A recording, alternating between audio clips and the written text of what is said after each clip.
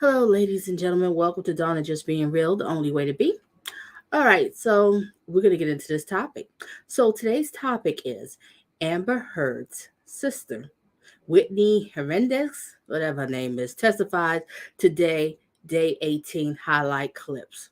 All right, so I'm just going to play this just one clip. We're just going to hear what she had to say on the stand. It ain't going to be one of those long 7-8 hour thing. This should be way under an hour.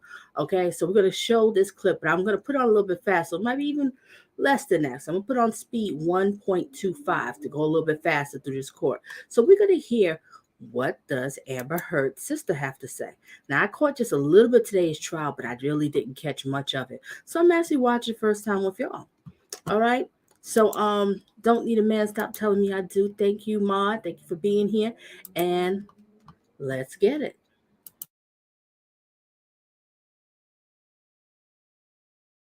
All right. Forward, ma'am.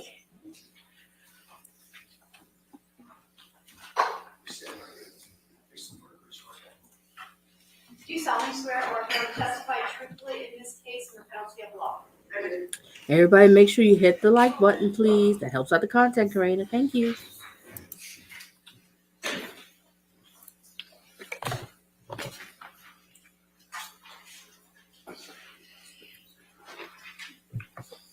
Thank you. All right. Yes, ma'am. Thank you, Your Honor. Will you please state your name for the record? Whitney Henriquez And where do you live? in Glendale, California. And you're Amber's sister? I am How old are you? 34. So you're her younger sister? Yes, Okay. Are you married and do you have any children? I am. I'm married with 2 small children, Okay. How old are your children? a 3-year-old and a newborn who's just over 2 months old. What is your profession? Before the pandemic, I worked in hotels doing various food and beverage management jobs, primarily events as well. Now, I'm going to take you to Mr. Depp and Amber, the early stages. When did you first meet Mr. Depp? I met him sometime in 2011 for the Rum Diary press tour, but I did not meet him until 2012 as Amber's boyfriend. And were you living with Amber at the time? Yes, we had an apartment together on Orange Avenue. I split my time between there as well as an apartment I shared with my boyfriend at the time. Now, describe your relationship with Mr. Depp in the early stages. We got along really well at first. He was sober at the time, and Johnny, when he's sober, is very bright and beautiful and lovely and kind and generous. And he was very easy to get to know. And frankly, we all fell in love with him at first. Now, describe your observations of Amber and Mr. Depp's relationship in the early stages. Again, at first, that was wonderful. They were incredibly in love. I actually, to this day, have never seen my sister fall so madly for somebody. And things were wonderful. They seemed to really understand each other and get along well. But very quickly, this pattern emerged as their relationship went on, that if Johnny was using, there almost always was a fight. There was always a Objection, Your Honor. Cause for speculation, lack of foundation. All right. It's a foundation, if you want to lay foundation. What, if any, changes in their relationship did you observe? Ooh, you ready to trash Johnny Depp, aren't you? That when Johnny was using, there would be a fight. I saw it firsthand. Objection, Your Honor. Same objection. Overruled. This one. Thank you. Please continue. If he was using or if he was drinking, there was almost always a fight. There was always an argument. There was always a period where they weren't getting along, and it seemed to oscillate pretty quickly. He would be sober for a little bit and then almost just quickly fall off the wagon and start to use or drink, and there would be some big blowout, and it seemed to go back and forth pretty frequently. There was never an extended period of time where it was one or the other. What, if any, changes did you observe in Amber over the period of her relationship with Johnny? At first, Amber was Amber. She was loud, fun, funny. She laughed a lot. She was just this happy, bright, fun-loving thing, always surrounded by friends. And then it was a progression that took over such a long period of time, and it was so slow. In hindsight, it was like watching a slow motion gunshot. She suddenly stopped sleeping as much. She wasn't as funny. She wasn't as loud. She wasn't as gregarious as she used to be. Cut to the end of their relationship, she was so physically unwell. She maybe weighed 100 pounds soaking wet. She was emaciated. She wasn't sleeping. She had developed a heart condition, and her eyes were sunken in. She just looked like two different. Lack of foundation calls for hearsay.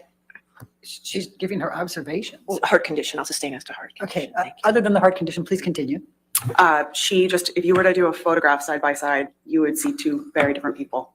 And people that knew her throughout the entirety of their relationships, all the same thing. What, if any, observations did you make about Mr. Depp exhibiting controlling behavior over the course of their relationship relating to Amber's clothing? Objection, Your Honor. Leading. What, if any, observations did I'll she sustain make the about, I'll sustain the objection. what, if any, observations did you make about Mr. Depp's treatment of Amber relating to clothing? At first, you know, it would be like light jokes, or, you know, she left the house wearing something like, oh, you're gonna wear that? Can you make something that really slaps using only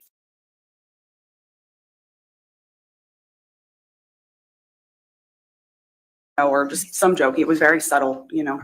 And then over time, again, just like the progression of their relationship, it just intensified. Then suddenly it's, you know, they have the same stylist. He and I forgot her name, but suddenly they have the same stylist, and he had been essentially controlling what she wore to events and things like that. So she went from being able to wear whatever the hell she wanted, and then suddenly she's wearing anything that his stylist wanted her to wear, or wanted him to wear. And her style over. Nikki, do you see the look on Johnny Depp's face? He is angry right now because he knows that this woman is straight up lying. Look at her. She's straight up lying. She just gunning for him. After this man opened up his home for you to stay at for free, buying you drugs and your daddy and everybody. And if I'm correct, I believe that she Amber Heard beat the crap out of her big sister too. I resume. And welcome to everybody who's attending the live stream. I appreciate. Please hit the like for the content creator because it really does help them out. So just sit back and enjoy and listen, or engage, whatever you like to do. But let's get it. Time just got more and more conservative. What, if any, observations did you make about Mr. Depp with respect to Amber's work? That too was one thing. At first, he was saying he was protective over the kinds of jobs she was taking. You know, oh, that's not going to be good for her career. That's not going to be good for this, not going to be good for that. And then suddenly he has a problem with her taking any sort of job or any sort of audition. And then it became every time that she even thought about taking a meeting, it was another fight. He would often say things like, I don't even understand why she needs to work. I'll take care of her. I'll take care of you. I'll take care of everyone else. She doesn't need to work at all. It was one of those things that he was, at the end, vehemently against her working at all. What, if any, observations did you make about Mr. Depp's treatment of Amber with respect to friends? Again, these are all things that just very slowly over time just changed. You know, at first, you know, he was very inclusive of all of us. At one point, we all lived downtown together in these beautiful lofts. You know, at first that was part of the relationship, was getting to know him and him getting to know us. And then just, again, slowly over time, he took issue with Brandon at one point, and then Brandon wasn't allowed in the fold. Time went on, he had an issue with Io. Io wasn't allowed in the fold anymore. And then at some point, even me, he had accused me of doing something horrendous that I had never done. And then suddenly I'm not allowed around anymore. And just over time, she had such a small network of people that were there to support her. It was hard to watch. What, if any, observations did you make about Mr. Depp's attitude or treatment of Amber with respect to her health? Amber was a pretty healthy person at first. She didn't have any medical issues that, you know, didn't need intervention of any sort.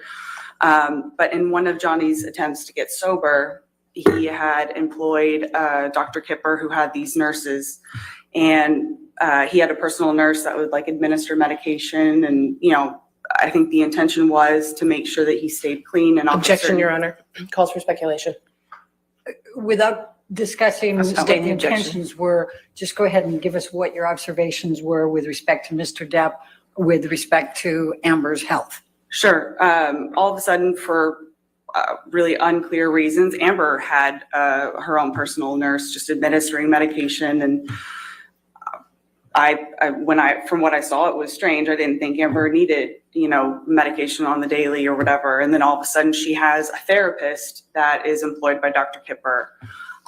Even her medical treatment was somehow controlled by or paid for by Johnny. Objection, Your Honor. Calls for speculation with respect to the control. As to control, but paid for, I'll allow. What I noticed so far, this woman has been propped very well for this. She's been watching every day in the court, and she was ready to gun for Johnny Depp, for her sister. Lying like that.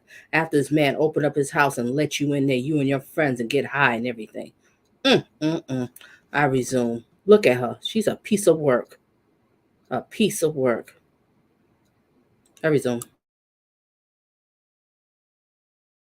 Go ahead. Okay, thank you. What, if anything, did Mr. Depp say about Amber's electronic devices? Well, every time they fought or had an argument, a device was going to get smashed. And she lost a phone, a tablet, a computer. You could almost guarantee that something would get destroyed when they fought. Very often fights were at least in part surrounded by text messages or something that he would find on her phones or, whatever. And at some point she wasn't even allowed to have passwords on her phone, or if she did have a password, it was something really simple that he memorized, but there was zero expectation of privacy for her in terms of what was on her device or accessibility of her devices. How many times did you observe Mr. Depp drunk?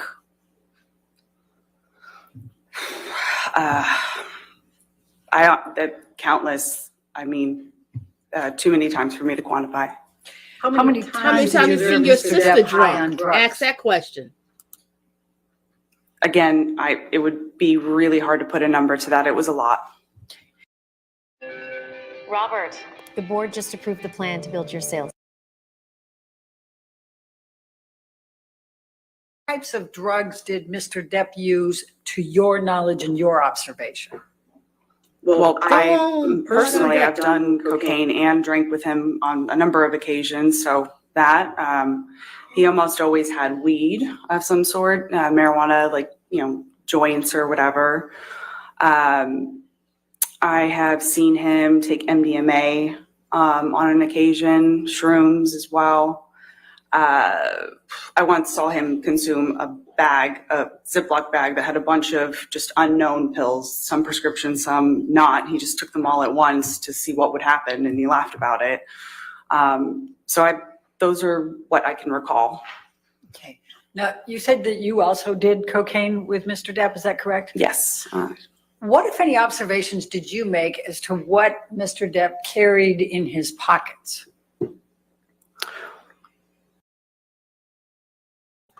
Did Nikki say crack house? I'm done. But ask the question. How often did you seen your sister drunk? I resume. Well, he always had cigarettes or rolling papers. When I say cigarettes, I mean the tobacco and rolling papers. He always had a joint on him.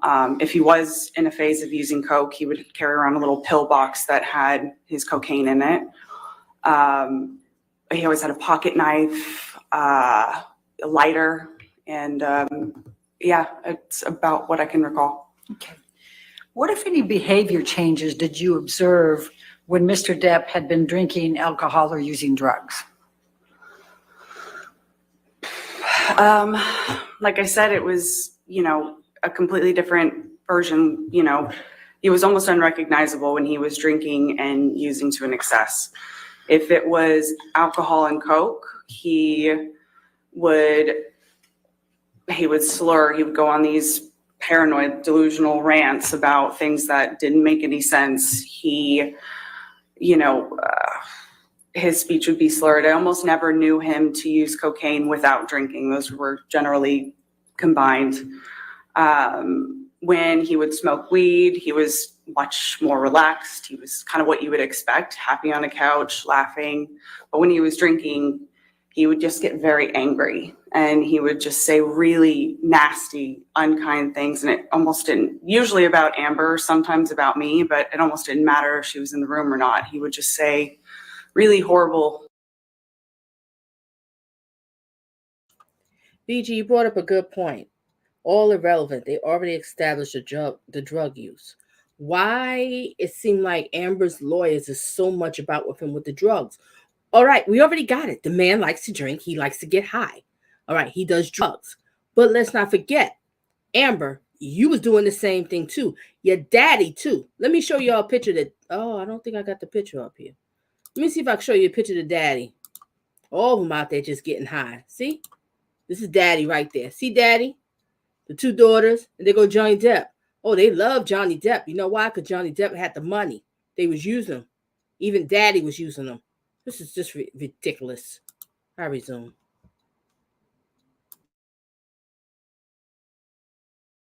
Horrible, horrible things about her or to her. Can you give the jury a few examples that you can recall? Pardon my language, fucking cunt. He called her a fucking used up trash bag, slimy whore, saggy whore, just. Yesterday in court, we heard that she was telling Johnny Depp to suck her D. I didn't know she had a penis. Okay? She was telling him he's washed up, his 21 Jump Street days is over. She told, your sister told him that he was an unfit father, that hopefully his stepfather could do a better job than you as a dad. Huh? Let's talk about that. Huh? Resume. You know, fucking cunt was thrown out a bunch. Just horrible things like that. I'm going to take you to March 21st, 2013. We've called it the painting or Keith Richards incident. When did you arrive at the Orange apartment on March 21st, 2013? It was sometime in the afternoon. I came in and Orange was typically a very neat, clean place. But as soon as I walked in, there was smoke in the air. Remember, it smelled like cigarette smoke and there was smoke in the air. So somebody had been smoking inside, which was odd because Amber and I don't smoke, and Johnny used to always just go outside to smoke. But walking a little bit further in, there was like furniture askew. Going into the kitchen, there was, Johnny was sat at our little breakfast nook table that we had there, and he was wearing glasses. He had, there was cocaine in front of him. There was booze in front of him, journal, like no newspaper, things like that, just kind of scattered around at the table. Age 49 to 63 and not able to work.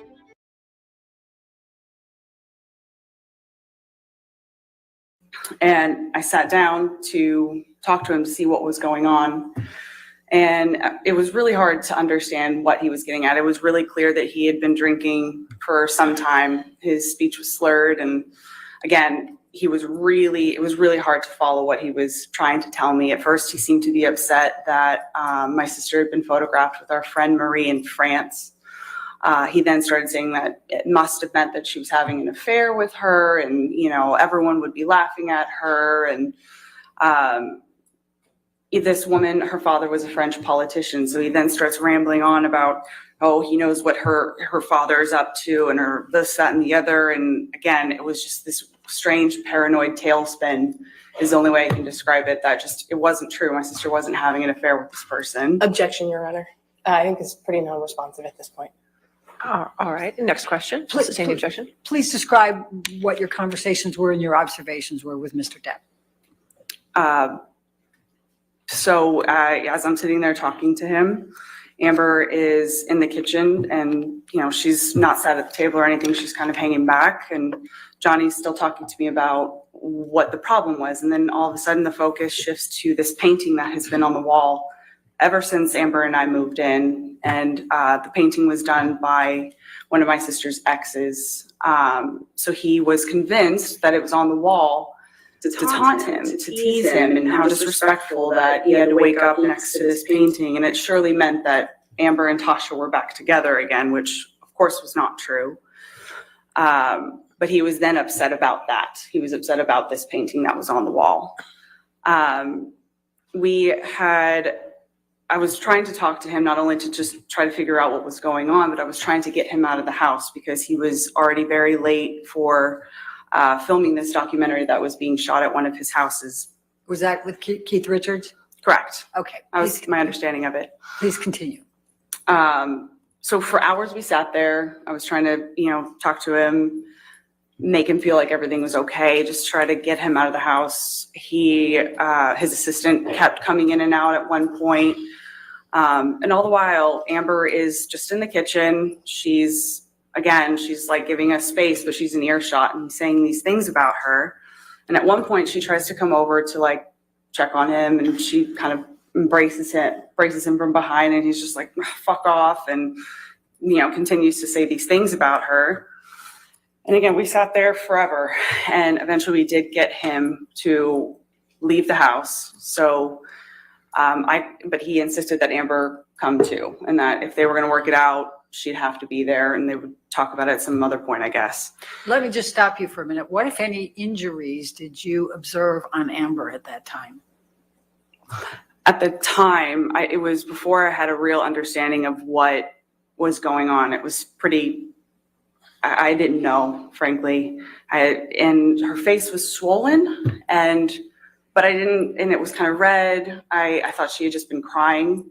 And her lip did appear to be cut. But again, that at the time, that wasn't what we were trying to do. It wouldn't have been appropriate to, talk to her about it or anything. That wasn't my focus, frankly. My focus was just sitting there trying to figure out what he was upset about and get him out of the house. So how long were you at Orange with Mr. Depp and Amber before he left to go to the Keith Richards? A few hours. I couldn't say, maybe around like 4 or 5 hours.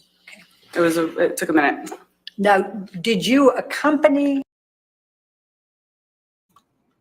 Hey, New York Beast, welcome. And thank you for sharing me out. I appreciate it. Let me ask you, were you able to see the trial tape? Because I only caught bits and pieces of it, but I'm just showing just this clip of Amber Heard's sister. So let me know in the chat, were you able to see more of it today? Because I know there was a couple of people that was testifying. Interesting. And good evening. Good to see you, New York Beast. I resume.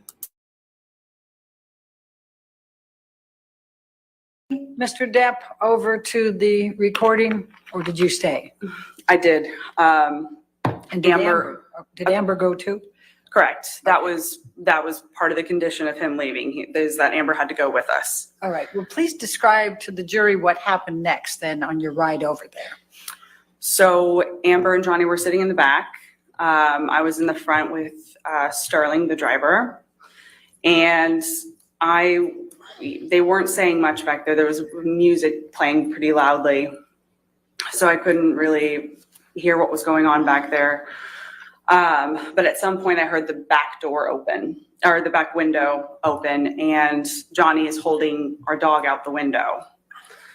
And I froze. I was scared because I just remember thinking, I knew how inebriated he was, and the dog was very small. I thought if she twitched or if he lost her somehow, she was just going to go out the window. And Amber, of course, was just saying, Objection, Your Honor. Not often to prove the truth of the matter asserted, Your Honor. I'll sustain the objection. Okay. Don't say what Amber said. Just go ahead and continue with your observations. He brought the dog back into the car, and he was just laughing, this really scary, loud, like it was almost like a cackle. And he then made some joke about putting her in the microwave. And that was the joke after that, was putting the dog in the microwave. Okay. I can't believe her. It must run in the family. All y'all just love to lie. Where'd y'all learn from, your daddy or your mommy? I just can't pinpoint it. See, this is what happens when you hang around with a bunch of druggies. It never fails. They backstab and they'll cut your throat and everything.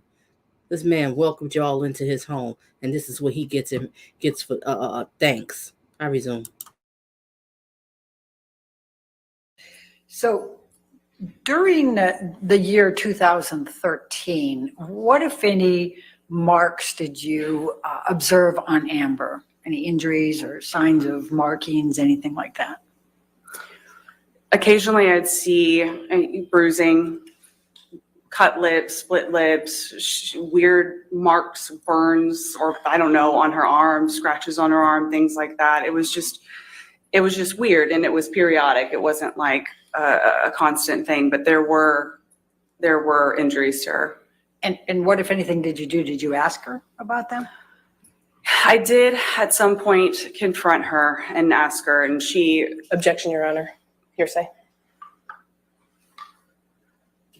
Don't tell Sustain the us. objection. Okay. Next question. Okay. But you did ask her about them? Yes. Is that- Objection, okay. Your Honor. Same objection. Next question. That's fine. That's okay. Overruled. Thank you, Your Honor. All right, I'm going to take you to June 2013, Hicksville. Were you in attendance at that event with Mr. Depp and Amber? Yes. Please describe for the jury what you can recall from that event. So Hicksville is like this, it's this like collection of themed Airstreams. It's like a little, it's in the middle of the desert. It's just like. And I bet you Johnny Depp paid for your ticket to go, didn't he? He paid for your ticket to go. He paid for your food, your alcohol, and your drugs for you to go and have a good time. And this is what he gets in return. Yep. Backstabbing. I resume. Like a fun little place to go. So we went with a group of our friends. And yeah, so each one of us had our own little Airstream or whatever. So my partner and I at the time, we got there last. So as we're going around checking out the different Airstreams, because again, each one of them had a different theme. So it was kind of fun to see, you know, who was staying in which theme or whatever. I open Amber and Johnny's and there's cocaine on the table. And I didn't really think much of it. I'm not sure. I'm just going to like, have all to right, look it up. I fine. was thinking the We're all same here to thing have too, fun. New Yorkie. And that night, you know, we sat around the campfire. Everyone was drinking. Some people were taking shrooms, you know. And then I drank too much and I went to bed early before everyone else. And then the next day, you know, when everyone was cleaning up, I had heard about something that had happened the night before, and an altercation that. Objection, Your Honor. Hearsay. Don't tell us what you heard. Go ahead and just tell the jury what you observed. I observed people cleaning up after what appeared to be just a night of friends hanging out. I then went to my sister's trailer, where she was staying with Johnny, and it looked like a bomb went off in there. There was broken things, things have been skewed. It just. Take care of your skin, my guy. It's not even that hard. I know most guys don't really care about. Looked incredibly messy. It looked like somebody had ransacked it. That's what I observed. Okay. Now I'm going to take you to September 2013. What, if anything, did you do with Mr. Depp relating to going to London? So September 2013, that was around the time of my birthday. Amber was filming in London, and she wasn't able to make it back for my birthday. And it was also a friend of ours, Io, also has a birthday the same time, or around the same time as me. And Johnny thought it would be great to load up and surprise Amber on set. He thought she would really enjoy it. And so that's what we did. We loaded up, we went on a plane that he chartered, and I believe my father was with us as well. And yeah, Johnny and I drank and did a lot of cocaine on that plane, and I ended up passing out. But we get to London, and you know, it was wonderful to see Amber, and we had a dinner that night at the hotel that we were staying at, or it was either that night or the next night, I can't remember exactly. But At one point, Johnny picked up a steak knife and he hurled it at his assistant. Missed him, but obviously Nathan got upset and he left, and he was upset as well. And a fight broke out between Amber and Johnny that night. I didn't witness it. I wasn't there. I knew that they Objection, were. Your Honor, lack of foundation. All right, I'll sustain the objection. Okay, Next question. So you can't tell us about it if you weren't there. So Okay. what happened next that you were aware of? I left sometime after that, and when I touched down in Los Angeles, I learned that they had Objection, Your Honor. Not offered to prove the truth of the I'll matter, sustain Your the Honor. objection. Next question. When did they get engaged? They got engaged at some point when I was on the plane. I left London. By the time I landed in London, they were engaged. Okay, thank you. Now I'm going to jump all the way to November 2014, the 2014 Hollywood Film Awards. What, if any, involvement did you have with Mr. Depp relating to the Hollywood Film Awards? I was called over to where he was getting ready, 80. And when you say 80, are we talking about Sweetser? Yes, that's one of the houses that is on that street that Johnny had. He had several houses on that street. 80 was the one that he referred to as like the man cave. That's where he spent a lot of time. So I was summoned to 80, again, following a fight that he and my sister were having. And Objection, Your Honor, lack of foundation. I Just go on, just don't talk about what you weren't party to. You got Okay, there, please tell the Sustain the jury. objection. Go ahead. Okay, please Oh. tell the jury what you observed, what happened Sure. when you were there. Sure. When I got there, Johnny was outside and he was very drunk already, and he was continuing to drink. He was, again, rambling about my sister having affairs with people that it just wasn't true, and just kept saying things. It was, that she doesn't need to work, and he doesn't understand why she continues to take jobs. She must be doing it to insult him or to hurt him, or she's only taking these jobs because she wants to meet people. I don't know. The entire time that we were talking, his sister and his assistants at one point, everyone was trying to get him out of the house because he was already very late for this. But eventually they did get him to leave the house. And I saw the award show later at some point. And what did you observe when you watched the award show? Unfortunately, an extension of what I had seen at the house. He was still very drunk, actually a little bit more drunk than when I saw him at the house. And what was he doing that caused you to believe he was very drunk? Well, he was drinking the entire time that we were talking. And, in general, at this point, I had understood what Johnny looks like when he's drunk. He's stammering. His speech was hard to understand. He was slurring. He was super unsteady on his. I don't understand what's going on with the math in this in my live stream so often. I got like about 13 people up in here, and I only got what I see like 9 likes. Come on, let's make it even. Hit the like. I resume. Thank you. It helps out the content creator, please. I really appreciate it.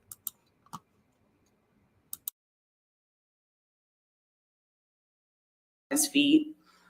I recognize what he looks like when he's drunk. Okay. Now I'm going to take you to March 23rd, 2015. And at this time, were you living at the penthouse suites? I was. Okay. Excuse me. Sorry. When approximately did you move into the penthouse suites? I actually don't know for sure when I moved in. I would take me a minute to remember. It was sometime in 2000.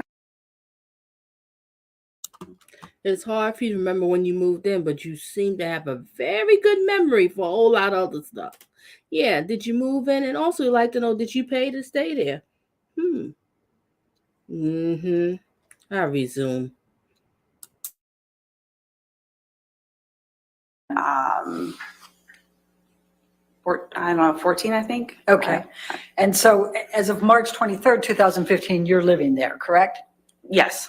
And where are you living in those penthouse suites? What is it called? So I was in what they call PH4.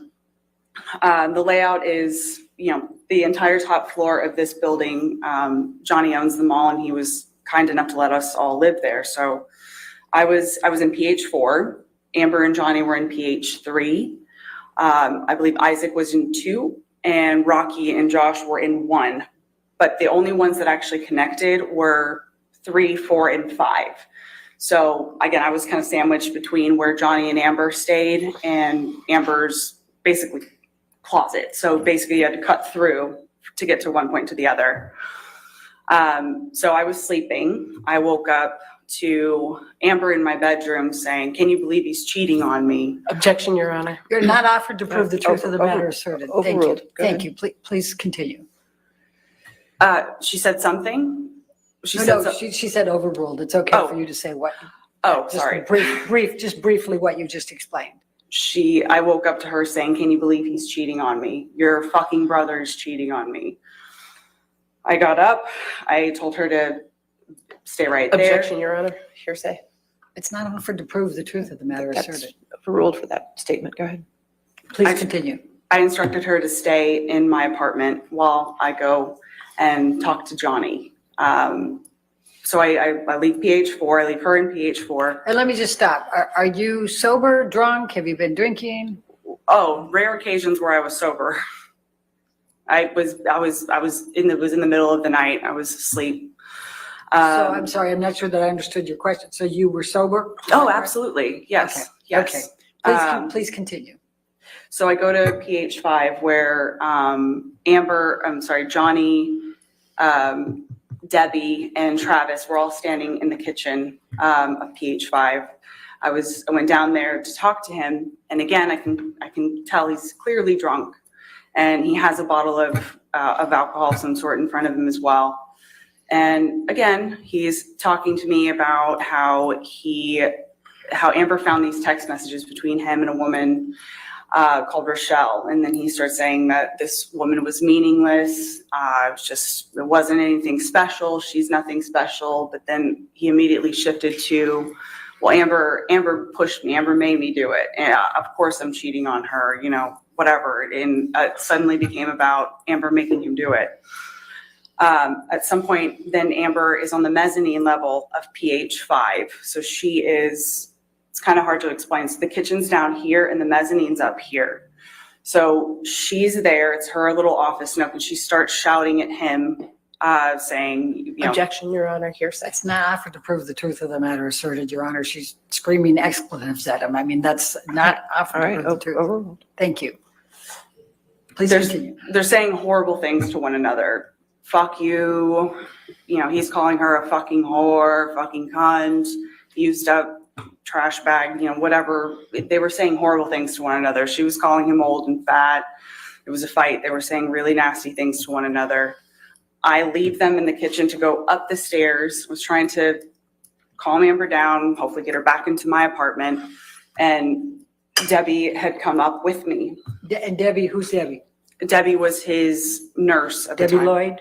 Yes, I believe that was her name. Okay. So we're with Amber on the mezzanine level. I'm sorry, just so we know who where is. Is it you and Debbie that are with Amber, or is it? Yes, Debbie, Amber, and I are all in the little mezzanine area. And as I mentioned, the mezzanine looks. You know what, Dome? You good. You just said something that you peeped. They hate Johnny because he is rich. This is basically all jealousy. All of them are jealous of him. You never know what people that's around you that could be very jealous of your life, of what you have and they don't have. And they act like they really care about you. They're your friends and they supportive, but they don't. And this can happen with family, friends, co-workers, or the person that you laying in the bed with could be secretly jealous of you, like Johnny Depp. he was married, laying in the bed and married to a woman that was jealous of him. And now all these people that lived up in his house for free, in all his penthouses, I don't know how many penthouses he got. I think he got like 5 of them. I don't know. I can't remember the number. And he let them all live up in there for free, eat for free, do whatever they want to do. He paid for their booze, their drugs, and food, and rent. And this is what he gets in return. I resume. And you're right, BG. Go home, girl. You're corny. Resume. Overlooks the kitchen and the living room. So Johnny then God doesn't care if you're mad and angry. He wants can, and it hits Debbie in the back. She didn't even react. She didn't really seem to notice. But I'm standing up there talking, or I'm standing up there, I'm at the top of the stairs with my back to the stairs. And that's when Johnny runs up the stairs. And again, I'm facing Amber. He comes up behind me, strikes me in the back, kind of just somewhere over here. He strikes me in the back. I hear Amber shout, "Don't hit my fucking sister." She smacks him, lands one. And then he grabs, at that point, that's when Travis runs up the stairs after Amber landed one. But by that time, Johnny had already grabbed Amber by the hair with one hand and was whacking her repeatedly in the face with the other as I was standing there. Travis pulls them apart. I get Amber into mine. I close the doors behind me and lock them. I then hear Johnny's voice shouting. Never mind, withdraw. Okay, sorry. I hear Johnny's voice shouting, I fucking hate you. I hate you both. You fucking cunts. You fucking whores. And I hear crashing. I hear crashing and banging and smashing, and he starts screaming like an animal. And I then just moved Amber into the next room, and I just kept her there all night. The next day, I go and I see her closet has been completely destroyed. Racks were overturned. Yeah, one of the clothing racks had been like tossed down the stairs. There was art off the wall. And down in the kitchen, there was broken glass. Like the place was destroyed. Michelle, can you bring up Defendant's Exhibit 400?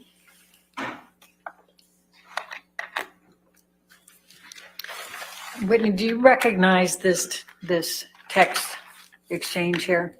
I do. Okay, and it's on March 23, 2015 at 6:57, is that correct? Yes. Okay, could you describe, Objection, just Your Honor. identify it, please? Yep, sorry, on hearsay grounds. All right, you want to approach? We'll just take a look.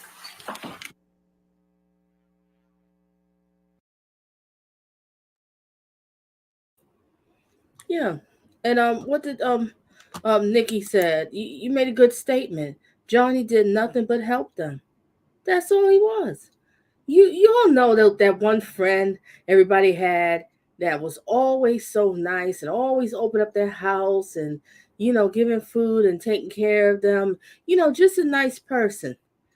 Sometimes just don't pay to be nice. I mean, I'm not telling people not to be nice. I'm just saying that you just got to be careful who you give your heart and yourself to and your energy to, because these people's a bunch of darn snakes. That's why I kind of want to watch what happened today, because there was a lot of people that was, testifying, and a lot of it was people that was, living in his home, and they all turned against him. Are you flipping kidding me?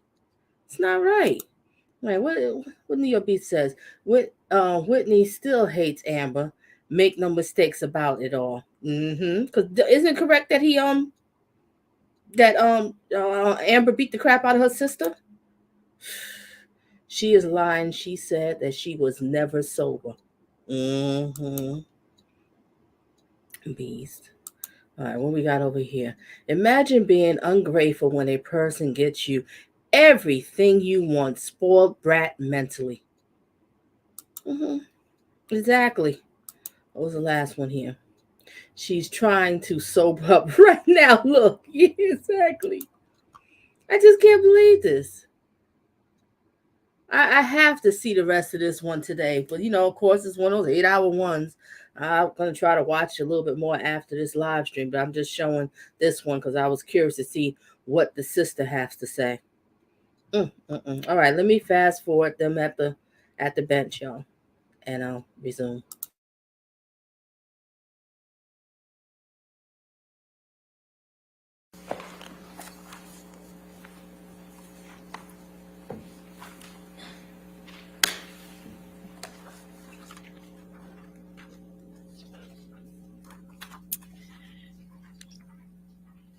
So this is, can we publish, Your Honor?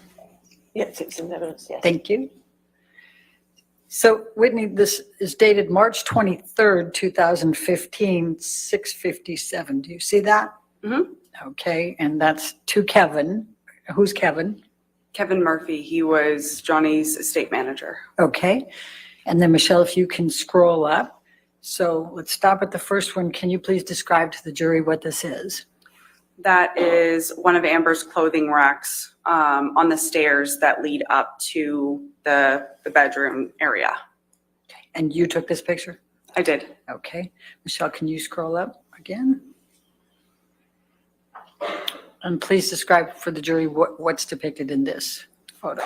These are more of Amber's racks. These were her shoes and purses and such. Those were all like taken off the walls. And you can see here, all of her clothes are on the floor, her shoes. Okay, thank you. And we're up to the next one. Could you please describe what the next picture depicts? More of the same, clothing racks that have been kind of toppled over or moved. They were like neat. It looked like it's a closet room, but these ones were just toppled over or moved. This is the room that adjoined my room. Finally, So. someone must have told us something. Let's go to the next one. And could you describe for the jury, please, what this is? That's another clothing rack that has been taken down and taken apart, kind of. Okay. And we'll go to the next one. And please describe for the jury what's depicted here. Just more clothing racks that have been taken down, moved. Age 49 to 63 and not able to work. This message is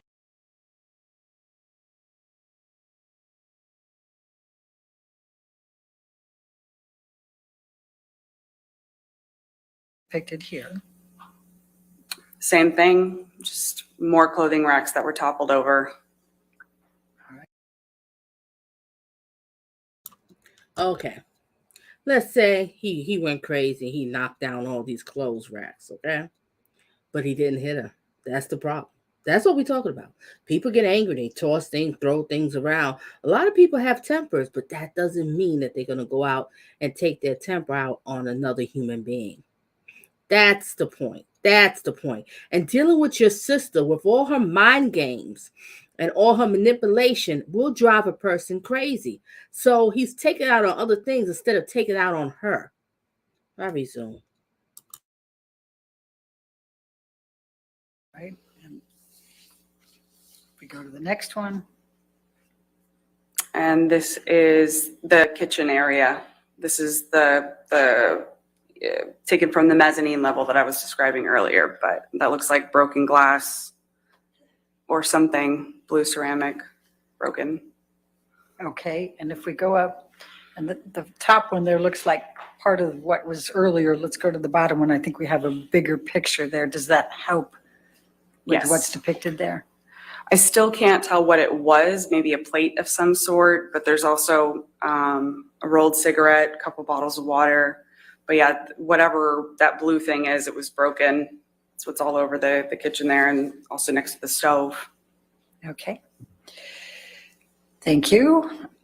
After the staircase incident, what, if anything, did Mr. Depp ask you to sign? There was an NDA on my kitchen table. Can you tell the jury what an NDA is? It's a non-disclosure agreement. It's basically, my understanding is it's a contract to keep things private, to keep your mouth shut, essentially. All right. And you were given one or asked to sign one? I was asked to sign one. I don't believe I signed it. I left sometime after. So you moved out after that? It was after this point that Johnny had accused me of selling stories to the media, which were absolutely untrue, but I moved out after that point. Okay. Now, did there come a time that Amber asked you to move back in? Yes, February 2016, she texted me asking me to come back. Okay. And so you were living with her from sometime in February 2016 forward? I think on and off. I think I had my own apartment by then, but I spent a lot more time at the Eastern after that. Okay. I'm going to take you to April 21, 2016, Amber's 30th birthday party. Were you present for that? I was. Can you please describe to the jury what you observed that night? It was her 30th birthday, so we wanted to make it, excuse me, really special.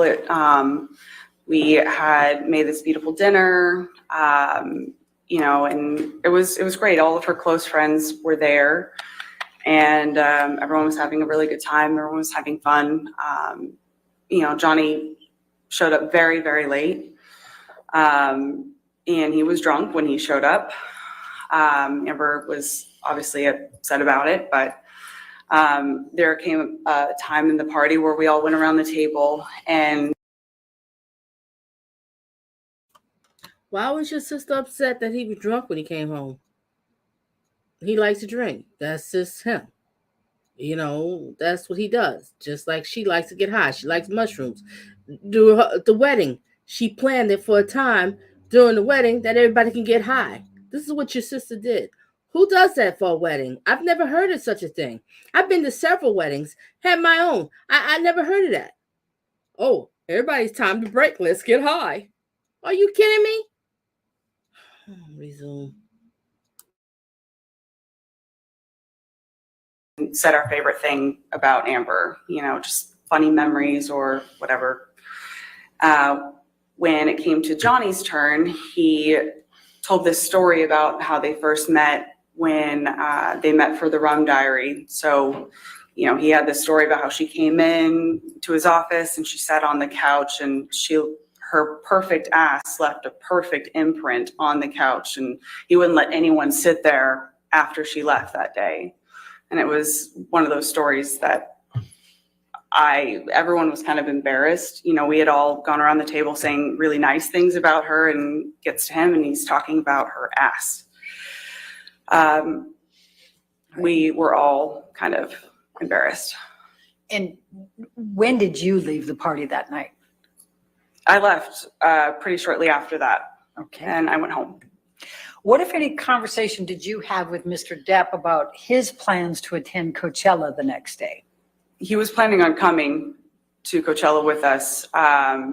You know, whenever at some point we were talking about what was happening the next day. And so that night he told us he was going to come to Coachella with us the next day. Okay. And did he ultimately come to Coachella with you the next day? No. Okay. I'm going to jump forward to talk about some statements that were made, the counterclaim. What, if any, observations did you make about how the statements, we're talking about the three statements that we're quoting Adam Waldman, impacted Amber? And I'm asking for your observation.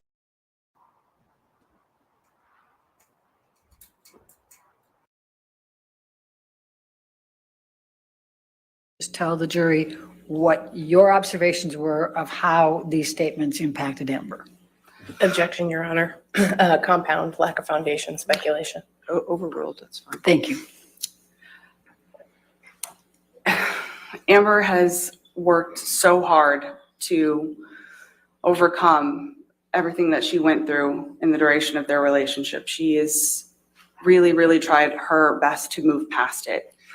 And anybody that knows Amber at all knows that some of the most important things to her are honesty, integrity. Her reputation is all she has. She doesn't have piles of money and private islands or. Objection, Your Honor. It's non-responsive. I'll sustain the objection. Did you hear the jealousy come out? Did you hear it, ladies and gentlemen? So her reputation, everything. She doesn't have private islands and all of this. You see how she's talking? She's talking about Johnny Depp. You're right. Hear the dome? You're right. They jealous of him. Evil. Evil. I resume. Please, She please was- continue with what She was devastated by these. To say that they're not true, it devastated her. And also, we had just buried our mother. I will so do it. You're right. I felt Amber- like doing it. Hold it. she started having panic attacks randomly. She was not sleeping. Objection, Your Honor, hearsay. continue with what She was devastated by these. To say that they're not true, it devastated her. And also, we had just buried our mother. So anybody that knows Amber at all knows that some of the most important things to her are honesty, integrity. Her reputation is all she has. She doesn't have piles of money and private islands or. Objection, Your Honor. It's non-responsive. I'll sustain the objection. She please was. You heard that, Nikki, right? Did you hear that? You heard that, right? Did you hear the jealousy come out? You see, when you're dealing with these toxic people, let them talk. Let them talk. Because you will find the truth out of it. Because eventually they're going to slip. You're going to get to find out who they really are and what they all about. You heard it, right, Nikki? You heard it. Toxic twins. What else Nikki says? Amber jealous. Yep, you heard that, right? I'm glad you said rewind it. Because I was saying the same thing. That was a very important part for people. I hope the jury picked up on that. I just hope they picked up on it because it would tell a lot about all of these people. I resume. with what She was devastated by these. To say that they're not true, it devastated her. And also, we had just buried our mother. So Amber, she started having panic attacks randomly. She was not sleeping. Objection, Your Honor, hearsay. These are your Over- observations. over- Thank you. Please continue. These statements devastated her. They devastated her because they weren't true, and they were just very, very, very much affecting her. And you talked about panic attacks. What else did you observe that she would do as a result of these? Physical. She would just periodically just break into tears. She I don't know how else to describe it. She was so unwell. She stopped sleeping again. She was super anxious. She couldn't relax. She couldn't sit still. It was very similar to the Amber that I had seen back in 2016 as she was trying to get out of this relationship.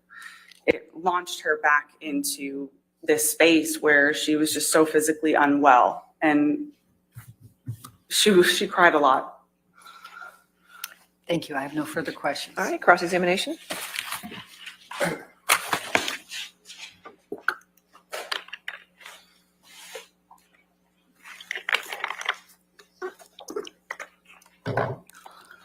Come on, y'all have to really. Is that cocaine, Whitney? We haven't met before. My name's Rebecca Lecaros. I'm one of the lawyers representing Mr. Depp. Is that cocaine, Whitney? Yeah, that's her, Jack. Oh God, don't she's cocaine. She got something to say, and nothing but a bunch of lies, Jack. Nothing Of but course, it's lies. Lies. She probably snort every two sentences. Like I'll be like, yeah, me and Johnny, we got her here. Well said. All right, ladies and gentlemen, I resume. That's the real Jack Newtown. That's my co-host tonight. I resume. In this case. You grew up in Texas with your sister and your parents, right? Correct. And you were really close with Ms. Heard growing up? We were. And you're still close now, right? We are. And you love her. Of course. And your childhood, though, had some difficult moments, right? It wasn't perfect. Your father hit you and your sister at times, right? Yes. And your sister would protect you from that abuse when she could, wouldn't she? We would protect each other, for sure. And when you graduated from high school, you moved out to Los Angeles, right? I did. And your sister gave you a place to live in LA? Yes. And she helped support you? In part, I also was working myself, and yeah, And you're grateful to her for being there when you needed her, right? of course. And just like she protected and cared for you, you want to protect and care for her, right? My question is, what the daddy And got when to I say can, about of course, this? but They saying that he beat the crap out of him. You testified. Okay, Jack, repeat that. Say it again. I said, I wonder what the father has to say, because they're claiming that he beat the crap out of him. Mm-hmm. I want to know if he gonna get on that stand. That would be interesting, wouldn't it? Mm-hmm. Oh, today was like freeloader days. All the freeloaders that Johnny Depp had in his house, they was all testifying against him, trifling. But I didn't get to see it all today, so I'm just showing this one clip. But I'm gonna have to catch up the rest after this tonight and watch the other videos. I might show a clip tomorrow evening of day. I mean, you know what? If I was Johnny's lawyer, I would tell them you are under oath, and call out the statute and the consequence of committing perjury. See, but drug addicts, they so much in in their own world, they don't seem to get it. What a shame. Oh, everybody, please! I got 20 people in here. Come on, let's hit the likes. Come on, help me out. 21, it just jumped up to hit the likes. Let's make the math connect. Okay, it's free. It only take a second. Beep, you're done. That's it. That's it. All right, and subscribe if you like my content too. All right, I resume. Testified to having a great relationship with Mr. Depp when you first started dating your sister, right? Correct. And you thought of him as a brother? Yes. He called you sis? Yes. And you had affectionate nicknames for him too, didn't you? A number of them, yes. Yeah. And you testified that for a time you lived in the ECB penthouses with Okay, Mr. BG, hugs and kisses. Thank you for coming.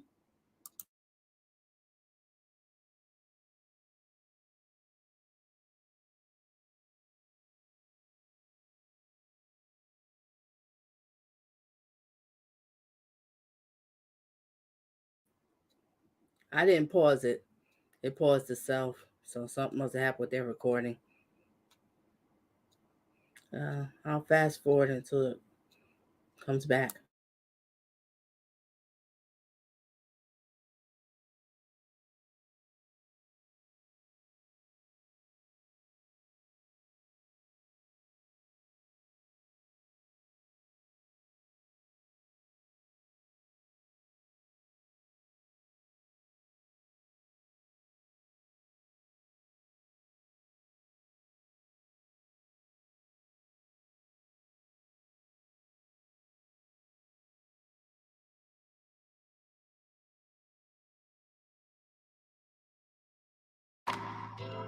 My secret weapon has just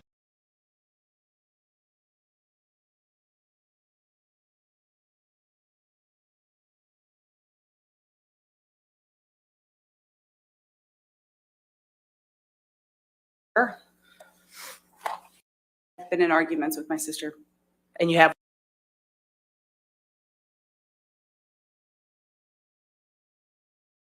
Metaphorically.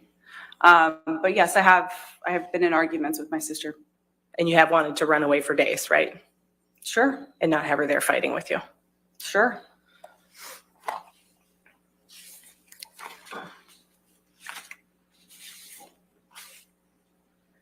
You talked a little bit about the incident in March 2013, right?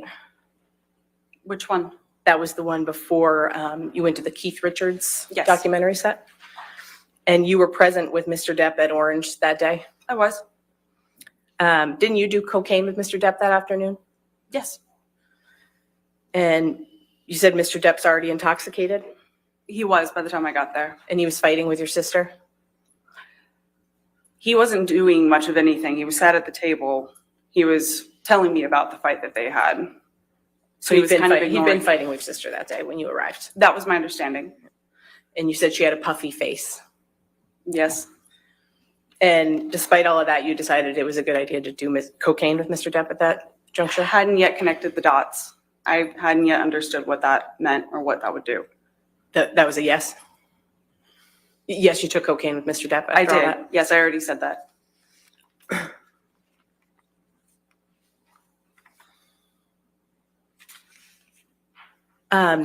You testified that you had suspicions that Mr. Depp was allegedly hitting your sister by some point in 2013, right? Suspicions. And notwithstanding that, in June 2013, you were actually joking with Mr. Depp about hitting your sister, right? Regrettably, over a text message, yes. You were encouraging him to hit her, I was not literally encouraging him to hit her. but you were joking about it. Regrettably, yes. Again, I did not have an understanding fully of what that was. I never would have said that now, knowing what I know. But that was alleged. That was around the time that you allegedly became aware that he was. I don't there were know. injuries on your sister that caused you to have suspicions. I don't know if it was around the same time. Turning to the staircase incident in March 2015,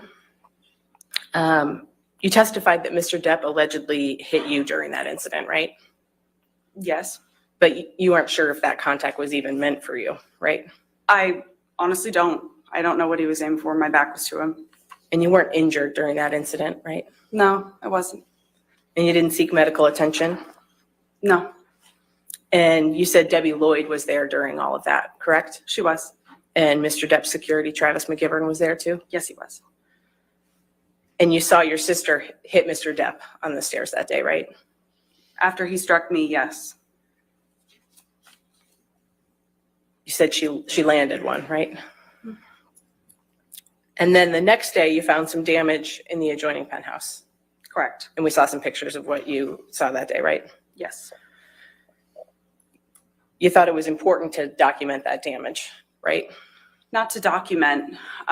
It was Kevin's job to kind of clean up the houses, take care of the houses. I took pictures just so he could be aware of what he would need to bring. I didn't know if he had tools here or whatever. I was just preparing him for what he was going to have to fix.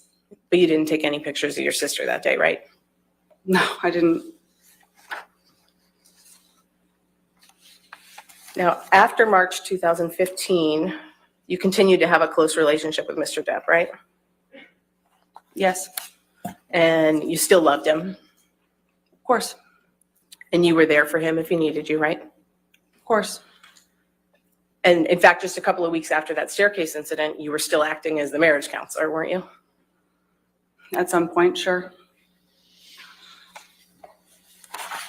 And that fall, after the staircase incident, October 2015, you claim you had seen Mr. Depp hitting your sister. And then in October 2015, you were actually still trying to reconcile him and your sister when they were fighting, right? Yes, I was asked to support. I was just trying to help what I thought they both wanted. I was just trying to support, or trying my best to support them the way that I thought I could. You still loved Mr. Depp at that point, right? I did. And you didn't think that he and your sister were past the point of no return, right? What I thought was irrelevant at that point. Those two were in love and they were working very hard. They wanted to be together, it seemed like. So I just helped as best as I could. I don't know how else to describe it. Your sister still wanted to be with Mr. Depp, right? And she loved him. And you didn't think they were past the point of no return? I don't know what you mean by that exactly. Okay. Let's take a look at Plaintiff's Exhibit 1283. It's not yet in evidence. We'll just show that to the witness.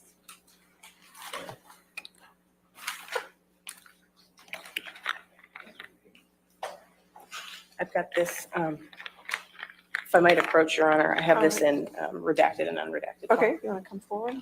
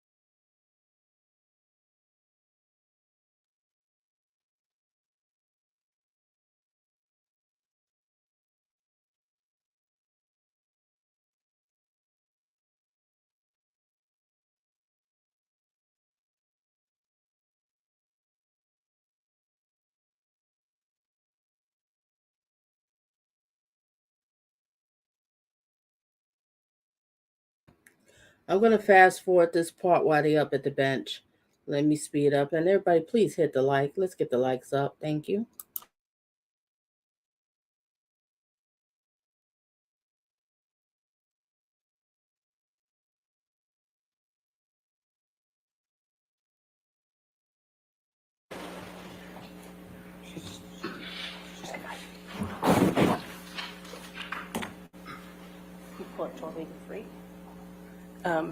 And Ms. Enriquez, if I could just direct your attention, if we can go to the third page, please. Do I have control of this or no? No, you do not. Sorry, Oh, okay. we'll put it up for you. And we can go back to the first page if you'd like, or we can take a look at the unredacted version if we need to. But do you recognize these as text messages that you sent to Mr. Depp on October 2nd, 2015?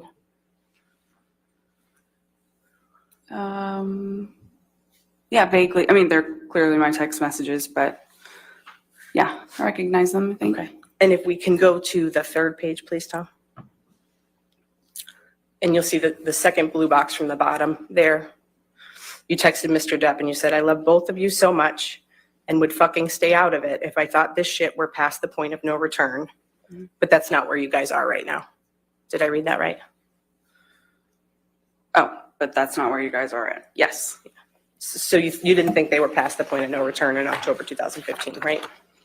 Yeah, at that point, clearly I didn't. You can take that down. Oh.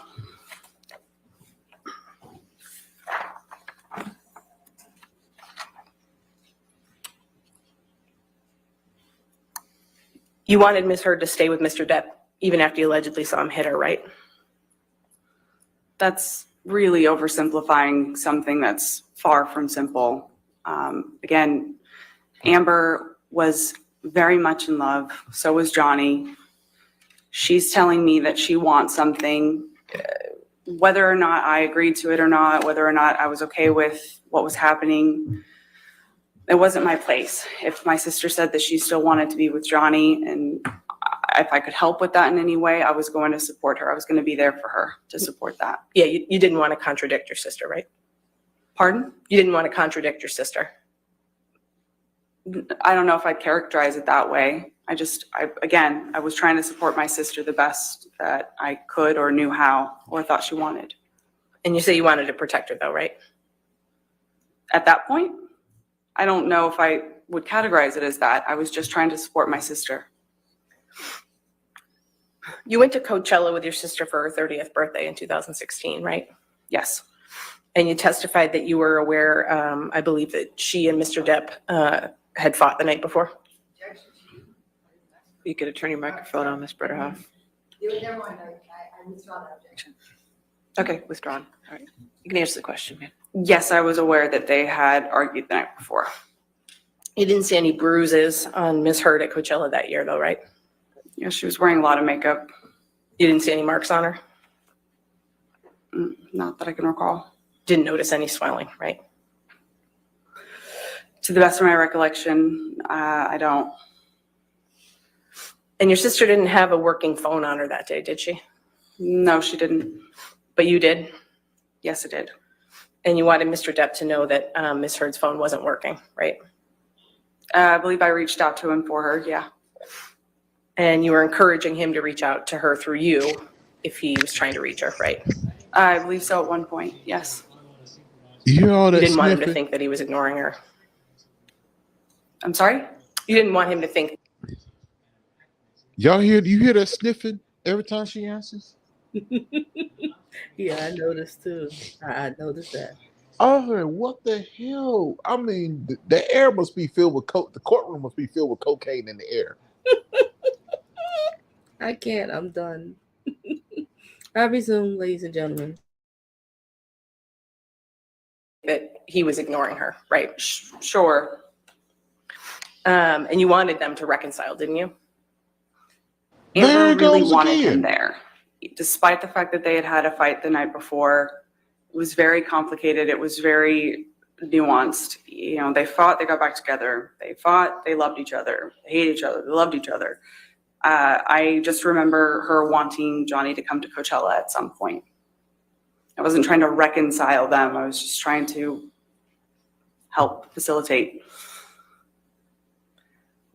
And you did that even though you were concerned about marks that you say you'd seen on her since at least 2013 and during the course of their relationship, right? Again, that's really oversimplifying something. We all saw this. We all thought that we would see Johnny on the other end of this. Because again, when he was sober, things were wonderful. When he wasn't sober, they were terrible, sure, but we all thought that he was just going to get better. We all wanted to just see the other side of that. So yes, sure, if you look at it simply, but it's not simple at all. I don't know how else to answer it. And this was after you allegedly saw him hit her, right? Yes. And you knew that they had just had another fight, right? Yes.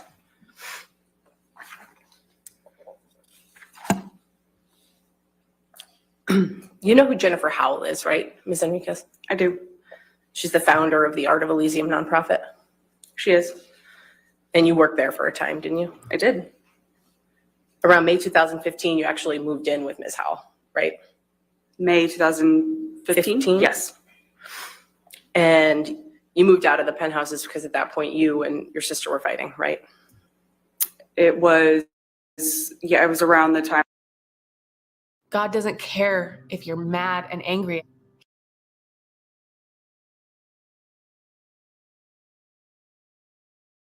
He had accused me of leaking stories, and that was the impetus of me leaving. And you testified earlier, I think, that he had asked you to sign an NDA, right? At some point. And that was around the same time that he was concerned you were leaking stories about their wedding to the media? I believe so. You and Ms. Howell were close? We were. Close enough that you lived with her for around a year? I don't recall if it was that long. And you confided in Ms. Howell, right? About some things, yes. She was my friend. You called her your chosen sister?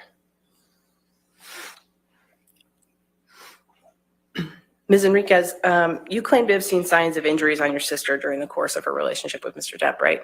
Yes. But you never witnessed any incidents that resulted in visible injuries to your sister, right? Other than the staircase incident? I witnessed that incident. What are you asking me exactly? You never witnessed any incidents that resulted in signs of injury that you were concerned about over the course of their relationship? Other than the staircase incident, I did witness that. No, at no other time when you... No, that was the only time that I saw him. And you didn't see what caused any of the injuries you claim to have seen during the course of their relationship, right? Other than the staircase incident. Yeah, staircase incident is the only one that I saw. But you have seen your sister land a blow on Mr. Depp, right? That was the time, yes, after he hit me. No further questions, Your Honor. All right, I redirect. have no redirect. All right, is this witness subject to recall? No, she may be. Is subject to recall? No. Okay, all right, ma'am, you are free to go, or you can stay in the courtroom. It's up to you, okay? Thank you.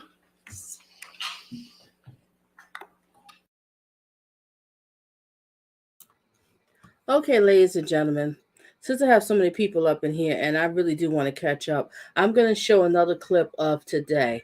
And the clip that I'm going to show today, well, let me just set it up. Listen to the music for a second while I set up the other clip. Listen to the music. Enjoy.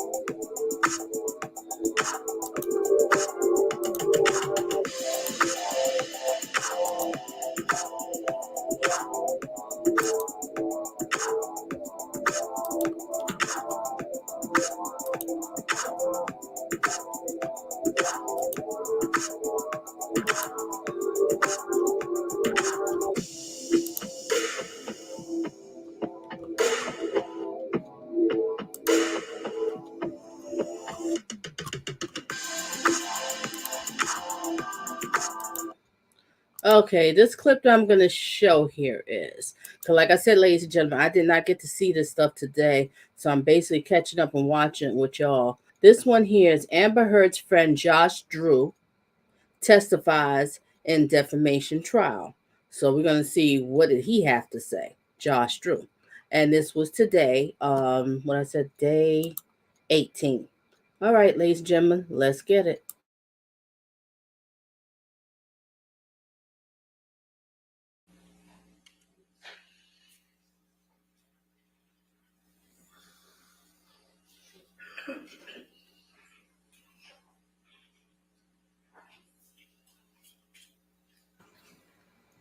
I'm going to fast forward this part. We don't have to sit here and wait for them. I'll fast forward this part.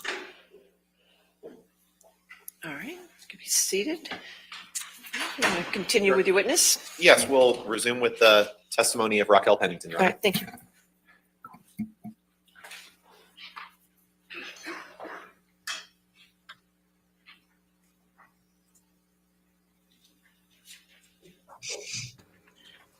Oh, this one is long, so it's supposed to start for her. Well, we just watched the whole thing. Just hanging there. May 21st, 2016. Do you remember that night, Ms. Pennington?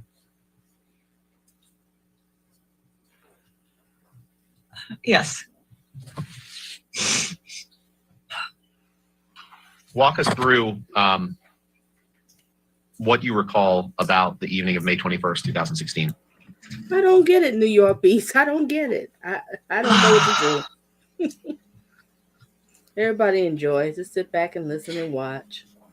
So in PH5, I was getting things ready for a artist craft show that I had, and making jewelry, and my friend Liz was there, Josh was there, Amber was helping. We were set up in the downstairs living room of PH5. And Liz Mars? Liz Mars, yes. Okay. And your fiance, Joshua Drew, is that right? Yes.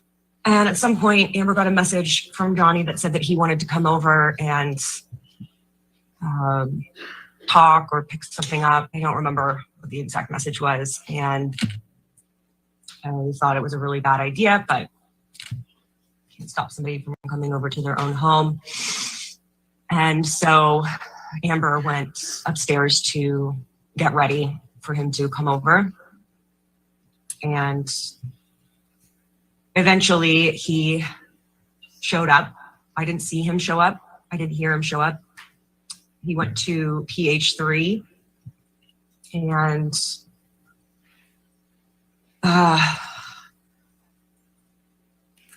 then at some point I got a text from her, or I might have checked in, or I got a text from her that said, come over. So I tried to come over there and the door was locked. Their front door was locked. So I went to go get my key. I had a master key to all of the apartments. And I came back, unlocked the door. Ladies and gentlemen, I put on speed 1.25 to go a little bit faster. I think you're going to be able to understand it. If you need me to put on normal speed, just put in the chat and let me know. Put on normal speed. But we're going to leave it at this one. I might speed up a little bit more, but just let me know. Communicate with me. Engage. Resume.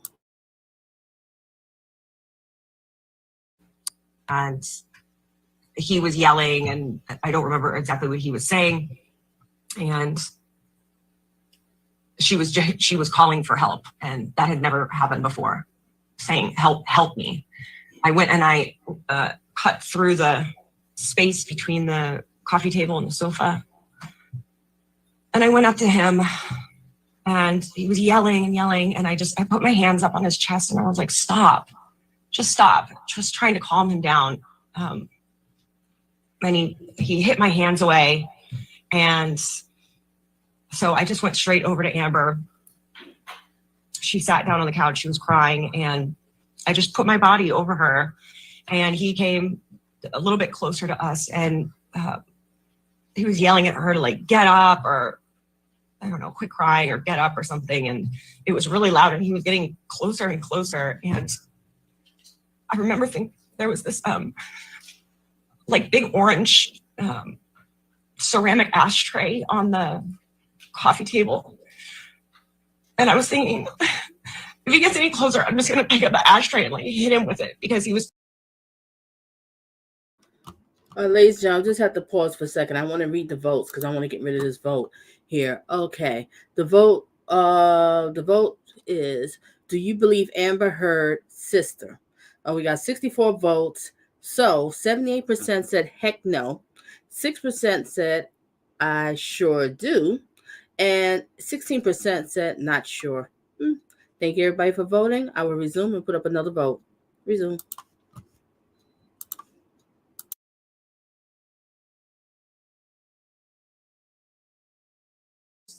So close over us. And then at that point, Jerry and Sean came in from the front door of PH3 and came in, and they were like, boss, come on, let's get out of here. And Jerry always called him boss. He's like, boss, come on, boss, let's go.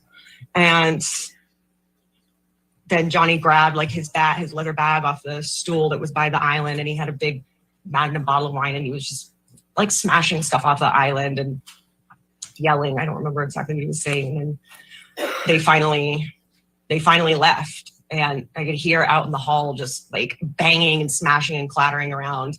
I was just holding Amber, sort of just waiting for the. When people look at films that are super beloved and they hear stories. Waiting for it to pass and clear. Until a little bit later. And then I think Josh came in. Why did you get between and put your hands on Mr. Depp and get between him and Miss Heard? I just thought I could calm him down. And when he hit your hands away and then you went and laid on her, why did you do that? It was the thing to do. How would you describe Mr. Depp's mood? Irate.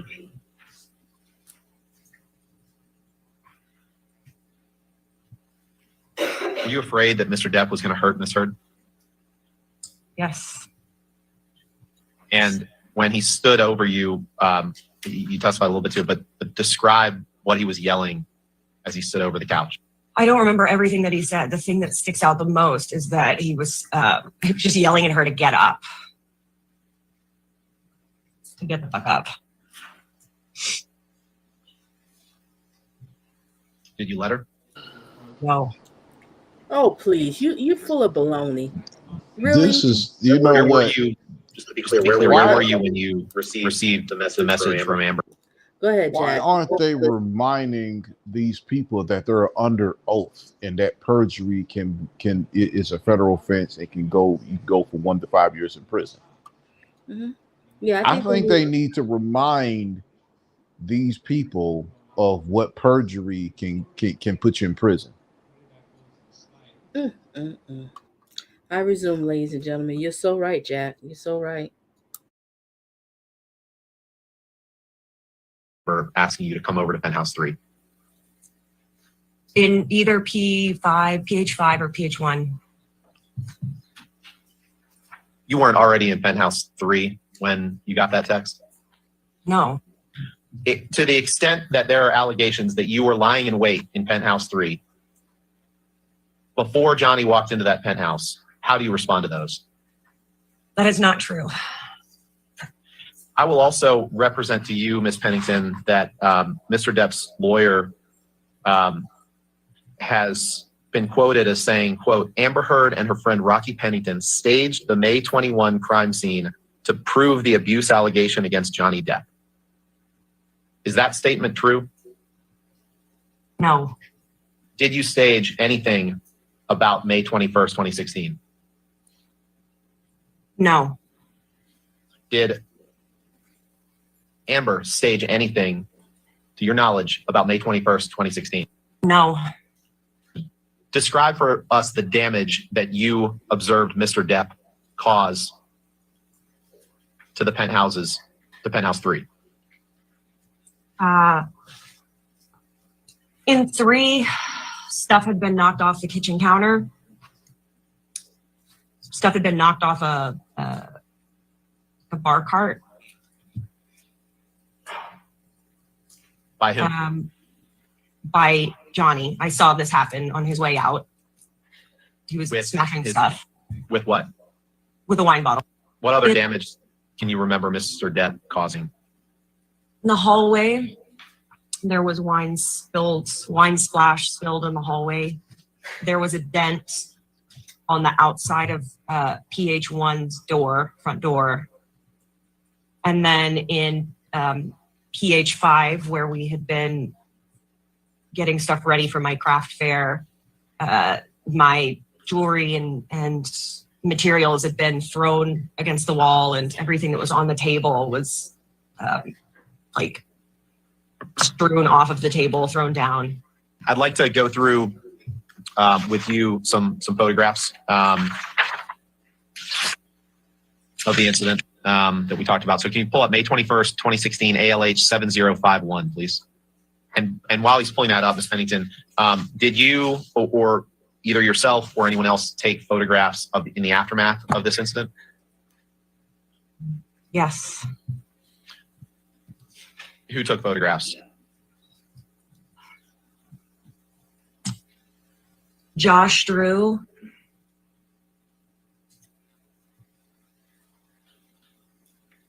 That's the only person that I can say for sure. Were you with Mr. Drew when he was taking photographs? I can't remember. Did you go through the penthouses to see where the damage has been done? Eventually. Ms. Pennington, what is this a picture of, if you know?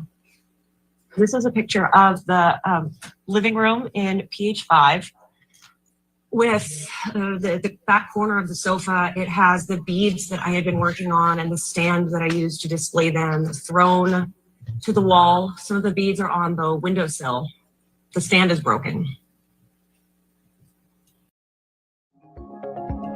At Harvard Business School, we have a unique approach to online learning. Each course is developed by leading faculty and features immersive case studies, interactive teaching tools, and a supportive peer learning community. You want to advance? And did you, does this fairly and accurately reflect damage that you saw to Penthouse 5 on May 21st, 2016? Yes. Exhibit 30 is up. What is this a picture of, if you know? This is a picture of the Johnny and Amber's bedroom bed in PH3. It has several photos, framed photos, stacked on it. And do those photos appear to be intact? These do, yes. In your experience, do those photos normally sit on the bed? No. Does this, did you witness, well, was this part of the aftermath of what Mr. Depp did in Penthouse 3? I didn't see him take these down, but they were not down before he came over. Does it fairly and accurately depict what you witnessed the night of May 21st, 2016? I didn't see this happen, but I did see this scenario. You saw the pictures. That's my question. Does this fairly and accurately depict something that you personally saw on May 21st, 2016? Yes. All right, let's pull up 7053, please. So my question, Ms. Pennington, will be, what is this a picture of?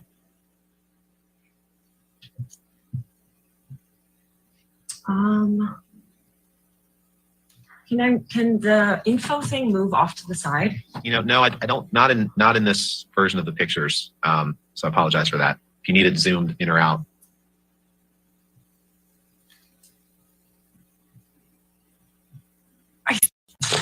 It's the landing of one of the staircases. And what do you see on the picture?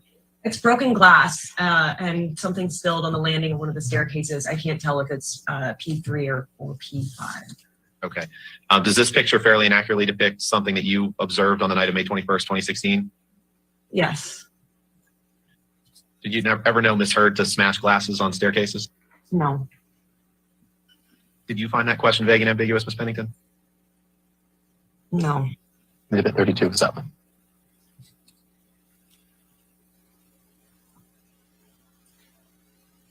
What is this a picture of, Ms. Pennington? These are stairs appearing of the same staircase with broken glass on them. Does this picture fairly and accurately depict something that you personally observed the night of May 21st, 2016? Yes. 33 is up. What is this a picture of, Ms. Pennington?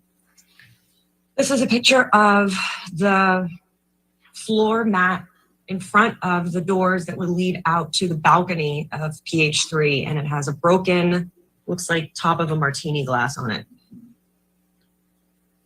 Okay. Did you see this glass or material around this being broken on the evening of May 21st, 2016? Yes. And who broke this glass? Johnny did. And does this photo fairly accurately depict something that you observed after Mr. Depp left Penthouse 3 on May 21st, 2016? Yes. Exhibit 34 is up. What is this a picture of, Ms. Pennington? This is the space between the cabinets in the refrigerator and the kitchen island. It has a rug on it, and it has a fruit basket and fruit on the ground. And do you know who knocked that fruit on the ground? Yes. Who? Johnny. And does this fairly and accurately depict damage that you saw on May 20th, 2016? Yes. Exhibit 35 is up. Thank you. What is this a picture of, Ms. Pennington? This is the landing of PH5 that Amber's office was set up on. And this is her desk and her files. And boxes have been outturned, and there's papers all over the floor. And is this how Ms. Heard normally kept her office area? No. Does this fairly and accurately depict damage that you observed on May 21st, 2016? Yes. 36 is up. Is this that same office area? Yes. And is this an accurate depiction of what you observed on May 21st, 2016? Yes.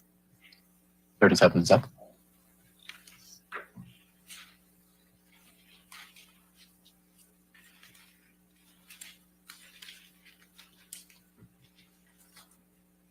What is this a picture of, Ms. Pennington? This is a picture of two photos on the column, the staircase leading up to Amber's office. The top photo is a group photo of Savannah, Whitney, Io, myself, Amber, Aaron, Brittany, Morgan. We were in London. You can sip on just this all day, and it will smashed. The bottom photo is a photo of Amber and me in France. Does this photo fairly and accurately depict damage that you observed on May 21st, 2016? Yes. 38 is up.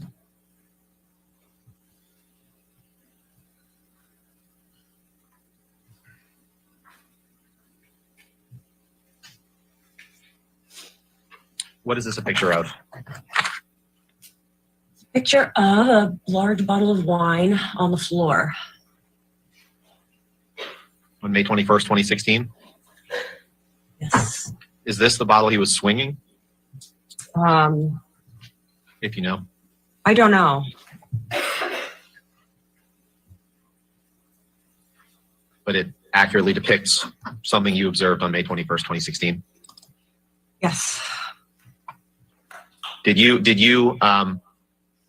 notice you or Miss Heard or anyone that you were with spilling wine in penthouses that night in order to stage damage? No. And by what is this a picture of? I meant the whole scene. She answered that quick. It's a picture on the floor. Do you know what penthouse that is in? Can you zoom out again, please?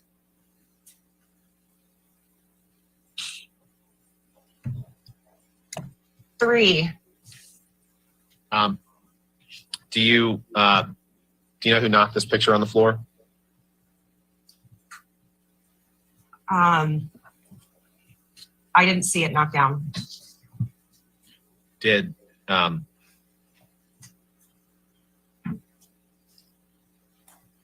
other than Mr. Depp, did you see anyone causing any damage or knocking anything down in any of the penthouses on May 21st, 2016? No. And did you see Mr. Depp knocking things down? Yes. Does this picture fairly and accurately describe something that you observed on May 21st, 2016? Yes. Okay. Can you describe, did you see any injuries on Amber on May 21st, 2016?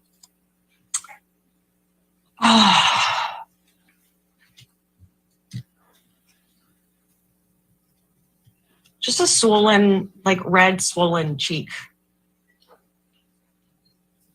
Let's pull up the May 21st, 2016 ALH 7077, please. And while he's doing that, did you, I know we talked about pictures of damage in the penthouses. Did you take pictures of Miss Heard that evening?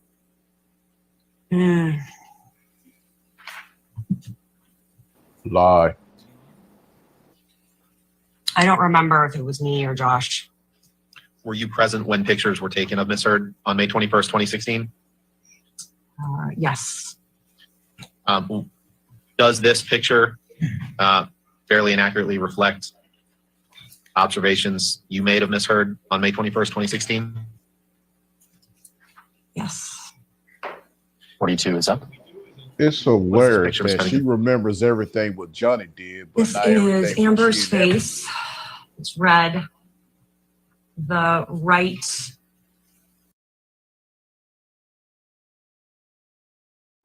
That's makeup. Jack, right? That's makeup.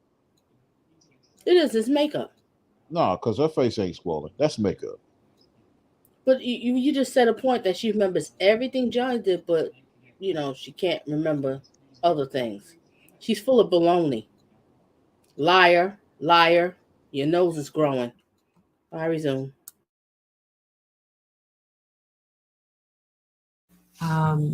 Cheek and eye is more red and swollen. Her right. My left. Does this fairly and accurately depict Miss Heard's condition that you observed that evening? Yes. Can you pull up 7083, please? What is this picture of? This is Amber's face turned at a slight profile. Her eye is red and bruised. The side, the side brow, temple, and cheekbone.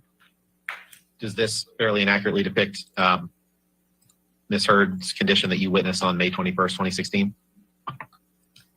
Yes. And were you present when police arrived? Yes. What were there two sets of police officers? A Hunter Business School education opens career paths.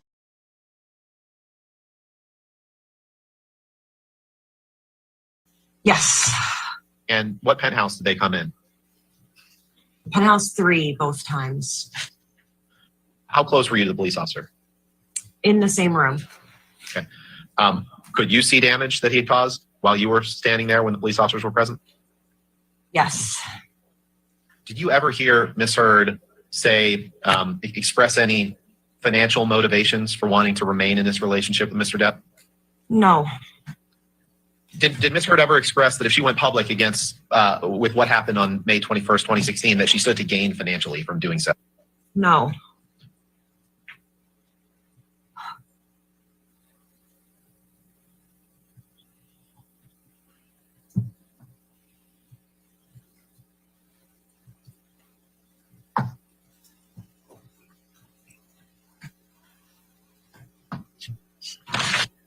Now, at some point after May 21st, 2016, Ms. Heard filed for divorce from Mr. Depp, right?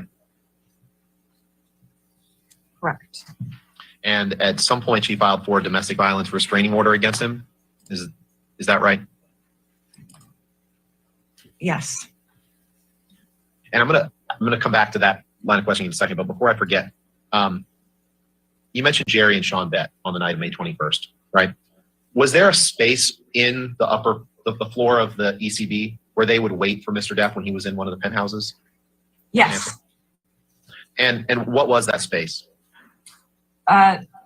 We called it the guard shack, and it was a vestibule separate from the penthouses, except that a door from the vestibule also connected to the door of the patio of PH5. Was the okay?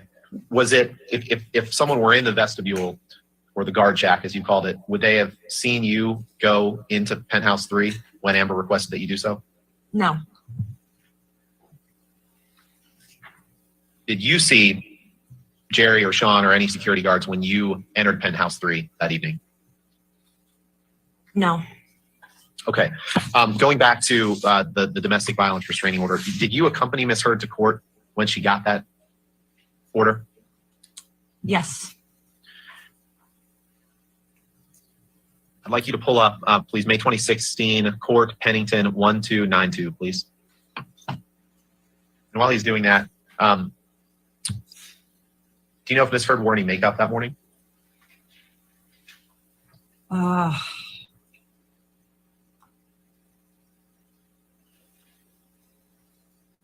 don't remember seeing her put on any makeup. Was that rare for Ms. Heard not to wear makeup? Yes. What is this a picture of? This is Amber and Jody, her publicist, sitting on the bench in the hallway waiting room of the courthouse. When? The day that the restraining order was filed.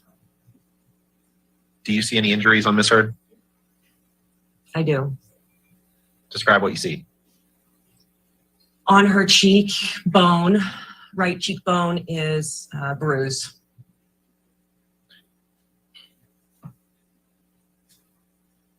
And how long after May 21st Sure was wasn't this, self-inflicted. approximately? I don't know. I don't remember. A matter of days, weeks? Less than a week. Did you ever see any makeup artist paint on this bruise? Put a fake bruise on Ms. Heard's face? Yes. No. Can you please Yes, pull up you paused. Yes, you did. Pennington 1295, please? And before we do, does this picture?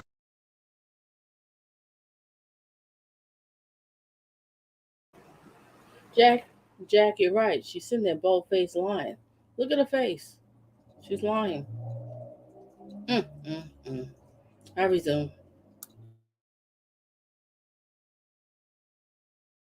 Fairly and accurately depict Ms. Heard's condition the morning the day she applied for the domestic violence restraining order?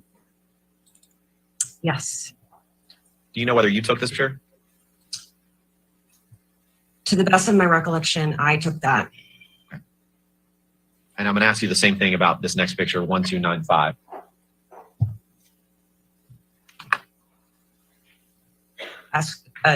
To the best of my recollection, I took that. And does that fairly and accurately depict Ms. Heard's condition on that morning? Yes. 46 is up.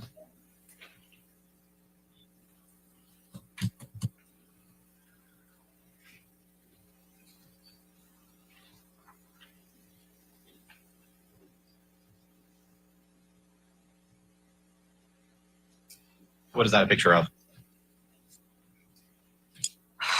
It is Amber at a slight profile in the same courthouse room. Her hair is behind her ear. You can see a picture of a bruise on her cheekbone. She looks like a skeleton. Did you take this picture? Yes. Based on your personal knowledge, is there any truth to the allegation that Amber did this because she's, quote, a gold digger? No.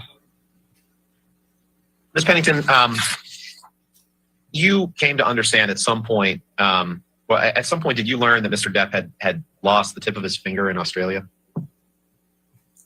Yes. And what is that other way that you learned that Mr. Depp had cut the tip of his finger off? He showed it to me. In addition to showing you, how did you learn from Mr. Depp that he had cut off the tip of his own finger? He told me. What did he tell you? He said, I don't remember how he said he cut the tip of his finger off, but while the nurse was dressing it, I wanted to see it. I also had a very small injury on the tip of my finger. And I continued to see it throughout its healing process, but I don't remember how he told me. See how he that? cut it off. Don't remember how he told me that. But you remember that he told you that he cut it off. Where's the perjury charges coming? When is the perjury charges coming? Great point, Jack. Great. I've never heard so many. I heard more. These are the most lies I've ever heard ever since Mark Furman at the OJ trial. Facts. I resume.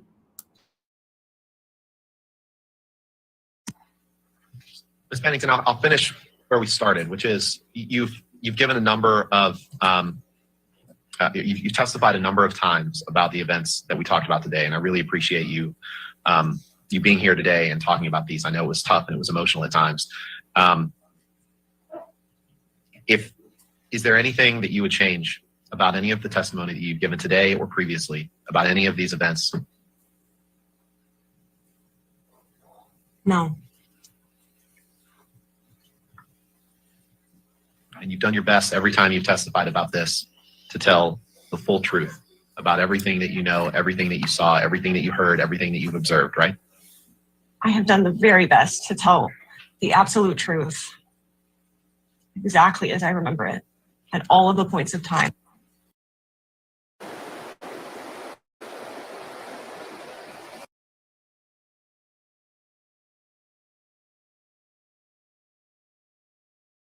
Yes, sir. Your next witness. Yes, Your Honor. That concludes the testimony of Raquel Pennington.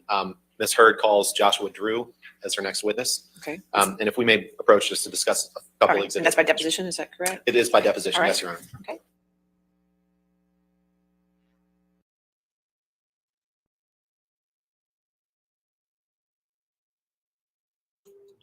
I'm going to fast forward this because they always seem to be at the bench forever.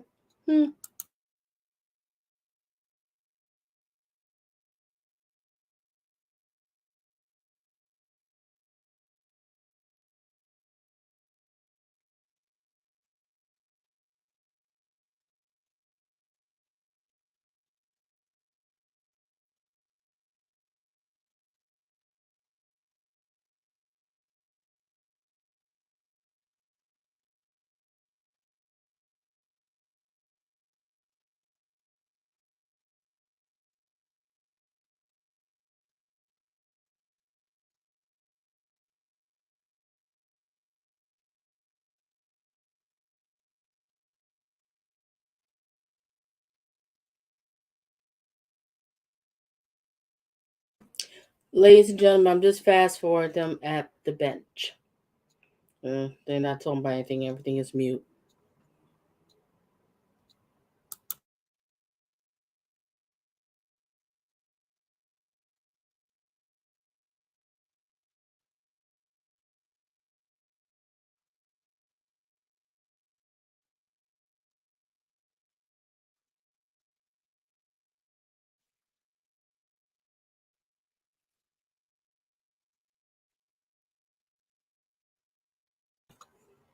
I'm over here fast forwarding. God, dog, how long they going to be at this bench? This is a long time they at the bench. Okay, let's get it.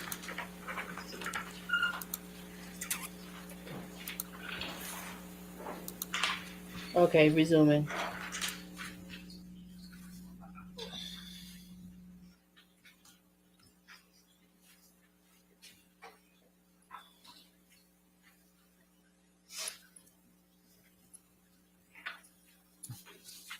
Are we ready? Not quite? Okay. Yes, Your Honor. Okay. This is Ms. Hurd calls Joshua Drew. Thank you. Thank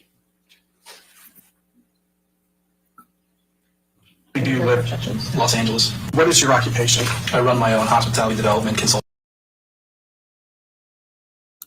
Okay, ladies and gentlemen, we got Joshua Drew.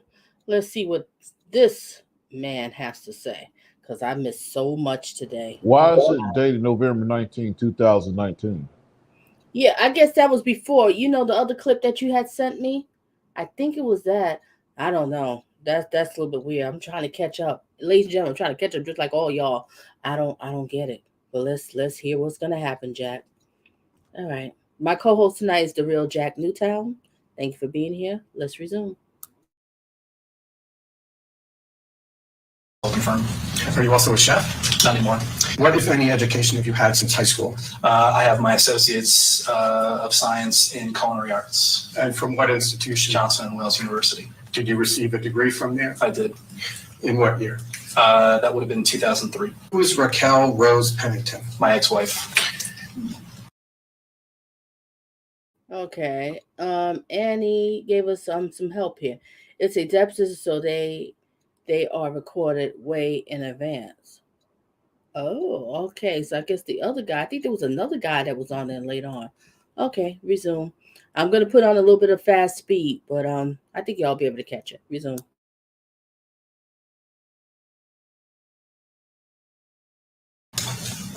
Because I want to be respectful, how should I refer to her? Ms. Pennington, Rocky, or Raquel? Rocky or Raquel is perfectly fine.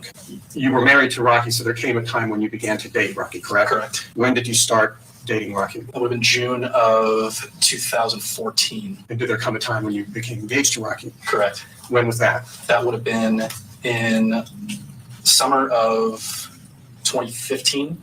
Yeah, I believe. Do you recall when you were divorced from Rocky? Officially September 24th of last year. We separated officially October of previous year. When did you first meet Amber Heard? Probably about 3 or 4 weeks after Raquel and I started dating, very early on. When did you first meet Johnny Depp? Shortly after I met Amber. I want to say, if memory serves, about 5 or 6 weeks after Raquel and I started dating.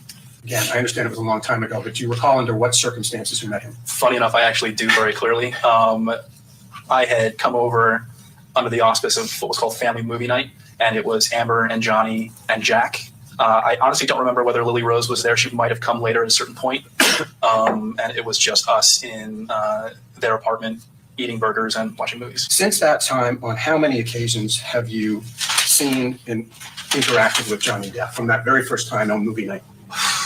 I couldn't even speculate the number of. It's not that it was infrequent so much as it was sporadic and honestly, for a large portion of it, fairly casual. Not the kind of thing where you would just count the number of times. It was regular interactions over various periods of time. Well, your counsel is not going to let you speculate, but I'm going to ask you to get a range. Is it more than 10 times? Yes. More than 50 times? Yes. From the time that you first met Mr. Depp on movie night until this very moment sitting here today, have you ever seen Mr. Depp strike Amber Heard? No. Have you ever seen him throw a telephone at her? No. Have you ever seen him hit her with a fist? No. Have you ever lived at a building located at 849 South Broadway in Los Angeles known as the Eastern Columbia Building? Correct. Did you live in the condo known as Penthouse 1? Correct. With whom did you live in Penthouse 1? Raquel Pennington. From when to when did you live in Penthouse 1 with Rocky Pennington? Again, my memory is a little bit foggy of exact dates. You'll have to bear with me a minute here. So while I was a frequent guest, I didn't actually live there until I want to say about October or November of 2015. Was Rocky already living in Penthouse 1 when you started visiting and ultimately moved in there? Yes. Did Ms. Pennington move into Penthouse 1 in or about June of 2014? I couldn't tell you with any specificity, but I believe it's around that time frame. Who owned Penthouse 1 at the time? Johnny Depp. While you and Rocky lived together in Penthouse 1, did you or she have a key that allowed you access to all of the penthouses on that floor? Everything except PH2, yes. Jack, here we go again. Another one living in his penthouses. It's just amazing. And oh my gosh, I resume, ladies and gentlemen. Did At the time, did Mr. Depp and Ms. Heard live together in PH3? Sporadically, yes. The key to which you and Rocky had access allowed either of you to enter PH3, correct? Correct. Who was in PH5 at the time? Nobody. Nobody lived in PH5 for the entirety of our time there. Did you or Rocky ever pay Mr. Depp any rent to live in PH1? Offered and refused. Did you consider the refusal of your offer to be a generous gesture by Mr. Depp? Exceedingly. In your experience, is Mr. Depp generally generous to his friends? Yes. Is he generous to people generally? Yes. Did Mr. Depp own Penthouse 5? Yes. Would your key have opened Penthouse 5? Yes. When you and Rocky were living here in Penthouse 1, did you ever notice that there were security personnel standing outside the door of Penthouse 3 when Mr. Depp was in Penthouse 3? Not normally, no.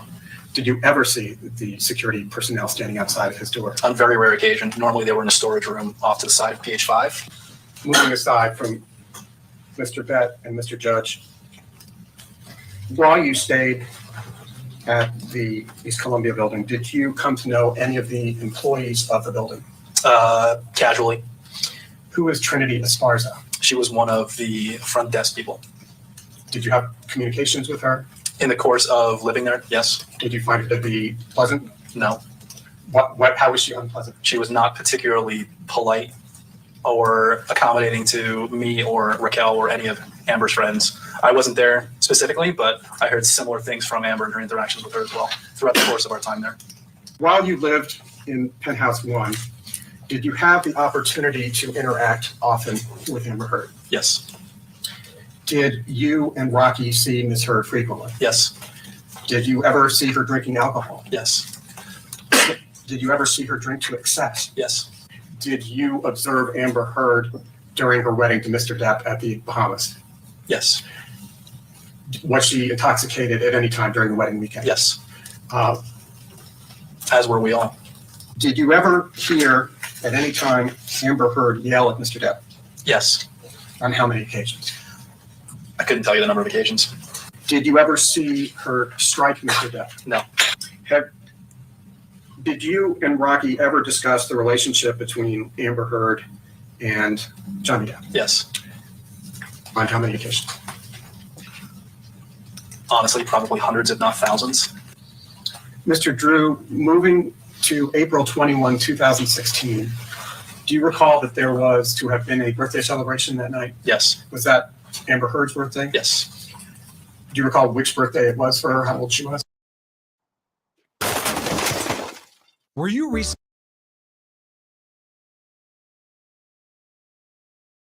Yes, I catered it. What do you recall about that evening? I recall it was held in PH5. Johnny was hours late, and Amber spent the better part of the evening making excuses for him.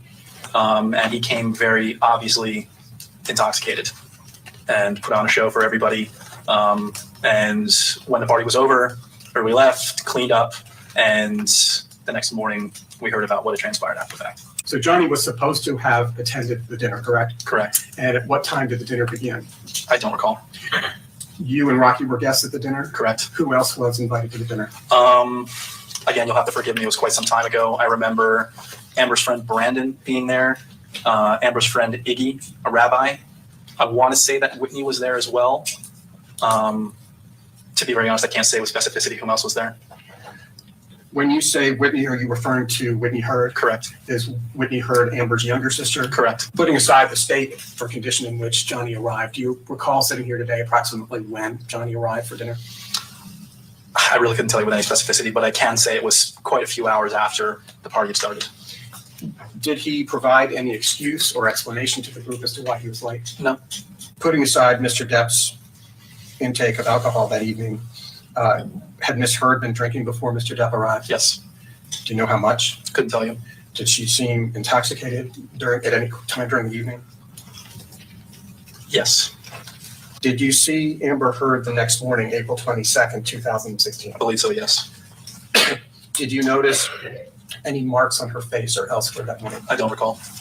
That morning, April 22nd, did you and Ms. Pennington and Amber Heard drive together to Coachella? They did, I did not. Are you still in contact with Amber Heard? Sporadically, yes.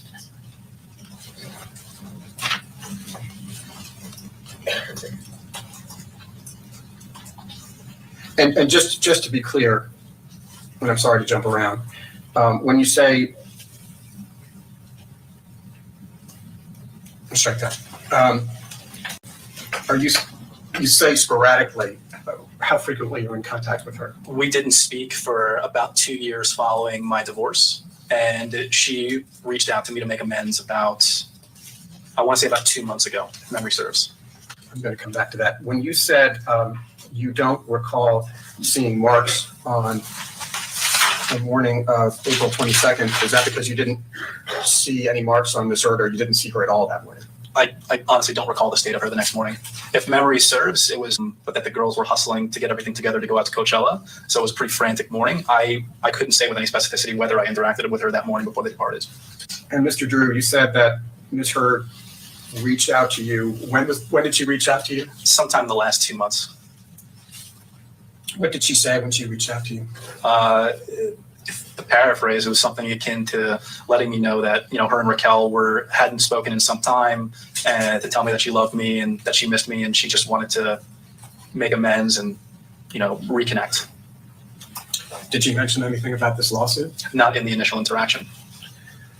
How did you respond to her in this initial interaction when she said she wanted to make amends? I didn't for some time. I think I waited about a week and a half before I responded. And before I could, I did get a note from her letting me know that she had tried to keep me out of it. But more than likely, people were going to be contacting me either about being deposed or a statement of some kind. There was nothing explicit about whom it would be coming from, whether it was from Johnny's side or from her side, only that somebody would more than likely be reaching out to me. And when you had a glass of wine, again, only lawyers remember these things, but do you recall approximately when you had a glass of wine with her? Probably about 5 or 6 weeks ago. Oh, I'm sorry, it would be longer than that, probably about 2 months ago.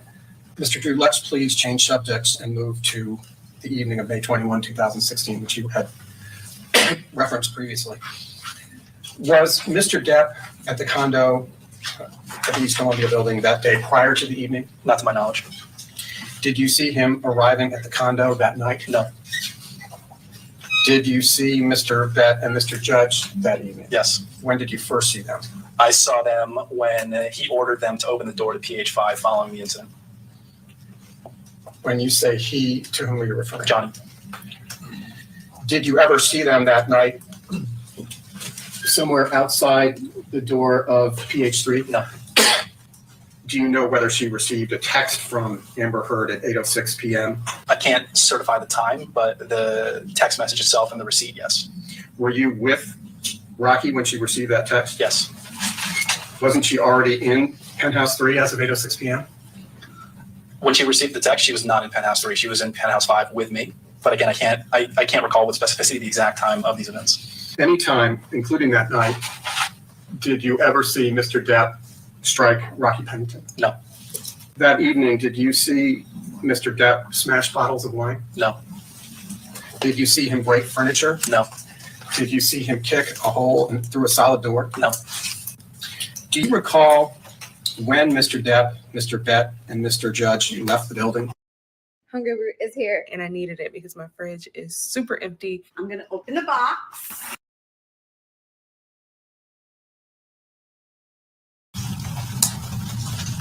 If we're presuming that text was received from Raquel at 8:06, they had left the building within 30 minutes, to my recollection. So it would be approximately sometime around 8:30, 8:29? Thereabouts, I don't recall specifically. What else do you remember about the events of the evening of May 21? I mean, I can tell you contemporaneously from the start if there's something specific you'd like me to expound on. Who is Officer Melissa Science? My understanding, it was the name of the Latina officer that first responded with her partner. When did she arrive at the scene, if you recall? Vaguely, I remember them arriving about 45 minutes to an hour after Johnny had left. But again, exact time's a little foggy. Going back to the Latina officer, was there another officer with her? Yes, there was a bald gentleman, white. With which officer, if any, did you speak that night? Both. What did you say to them, if you recall? When they arrived, I greeted them at the door. I walked them through PH3 to show them the damage, show them the broken glass. They had already walked through the hallway over the gigantic wine stain throughout the entire hallway. I took them through PH3, like I said, to show them the damage. I took them back out of the hallway, showed them the dent in the door shaped like the bottom of a wine bottle in PH1, took them into PH5 to see broken picture frames, smashed glass, Raquel's jewelry and things like that strewn about the apartment. And then I brought them back to PH3, at which point they separated. The Latino officer pulled Amber aside specifically to speak to her one-on-one. The door was closed. I was outside with the other officer. So I can't say with any specificity what happened inside. I don't know whether anybody was in earshot. I don't know whether anybody else was around. They told me specifically it was one-on-one. And I was outside the door with the male officer. And specifically my communication with him was asking what, if anything, could be done, because we were obviously upset. And his comment to me specifically was, there's damage in these apartments. Her face is red. If she wants to file a report, we have enough here to go pick him up. But you've never seen Johnny hit Amber? That's correct. And I've affirmed it to everybody that I've spoken to. I've been explicit about that. And you've never seen Johnny hit any woman? Correct. Do you recall having a conversation with Rocky and Amber after Mr. Depp and his security personnel left the building, but before Officer Science and Officer Haddon arrived? Yes. Tell us about that. You'll have to forgive me again. My memory of the exact sequence of events, that transpired after all this is a little foggy. If memory serves, Amber was damn near catatonic after all this. We had gotten her into PH1 so we could deadbolt the door and keep her safe until he left. A few minutes thereafter, I had gotten a little bit of a rundown from Raquel over what had transpired. Raquel got her to call her lawyer, Samantha Spector, to find out what to do. And if memory serves, Samantha's recommendation was that we immediately put together a contemporaneous, matter-of-fact statement together of what had transpired that night. And that ultimately was up to Amber as to what she wanted to do with the police or whatever it may be. Are you aware that Amber Heard spoke to Officer Science and Officer Haddon that evening? Yes. Were you present when she was speaking to them? No. Did Amber file a complaint that night? No. Did the police arrest Mr. Depp? No. Did they issue a warrant for his arrest? Not that I'm aware of. Mr. Drew, let's turn for the moment to May 22nd, 2016. Did you see Ms. Heard at all that day? Yes. When did you see her? At various points throughout the day. If memory serves, Raquel had committed to a jewelry show somewhere, I want to say it was downtown, I might be mistaken, it might have been out in Venice, somewhere in Los Angeles. So she was out most of the day. So I cleared my schedule to be able to be there should Amber need anything. If memory serves, either her attorney or somebody in her group had a friend come over with a locksmith to change the locks just to be safe. And I was there to make sure that happened and just, like I said, be there for Amber should she need anything, just so she wasn't alone. When you saw Amber on May 22nd, you don't know whether it was the morning or the afternoon. Is that right? It was sporadic throughout the day. I think it was some point late morning and throughout the afternoon. When you first saw her, did you notice any marks on her face? Yes. Describe the marks, please. To be very honest with you, I don't actually remember which side of her face it was, but I do distinctly remember there being a red mark and a small bruise on her cheekbone, and red marks just above her eyebrow and to the right side, or to the side of her eyebrow. Did you see any swelling? A little bit. Can you remember anything else? Did you see marks anywhere else other than the ones you described? No. Did you ever notice anyone visiting Amber Heard at night while Mr. Depp was away? During the time that I was living there? Yes. Yes. On how many occasions? I wouldn't even be able to estimate. Was it more than 10? Yes. Was it more than 20? Yes. Was it more than 30? Yes. Was it more than 50? Again, I can't really speculate. I was there for quite some time. When did that first occur? I mean, I'm not privy to her comings and goings. And on MyHeritage, you can build your family tree and make amazing discoveries about your family. Other friends than us that were coming to see her. So, and again, to be specific, I'm just talking about visitors at night when Mr. Depp was away. Again, I can't say with any specificity. When did that first happen that you were aware of? I mean, I would say pretty early on, but again, there's no context to it. The other consideration that I would say is that the hallway between all of these penthouses was public right of way going to the pool. So my understanding of people coming and going, it might have been the public, it might have been residents, or I'm sorry, not public, it might have been residents in the building. I can't really say with any specificity. Who was Elon Musk? Elon Musk was a gentleman that Amber dated intermittently following the restraining order. When did can you recognize Elon Musk? Yes. When did you first see Elon Musk at Penthouse 3? I'm not quite clear exactly, but I want to say it was about 3 to 4 weeks after the restraining order was filed. But while Mr. Depp and Ms. Heard were still married, correct? Yes.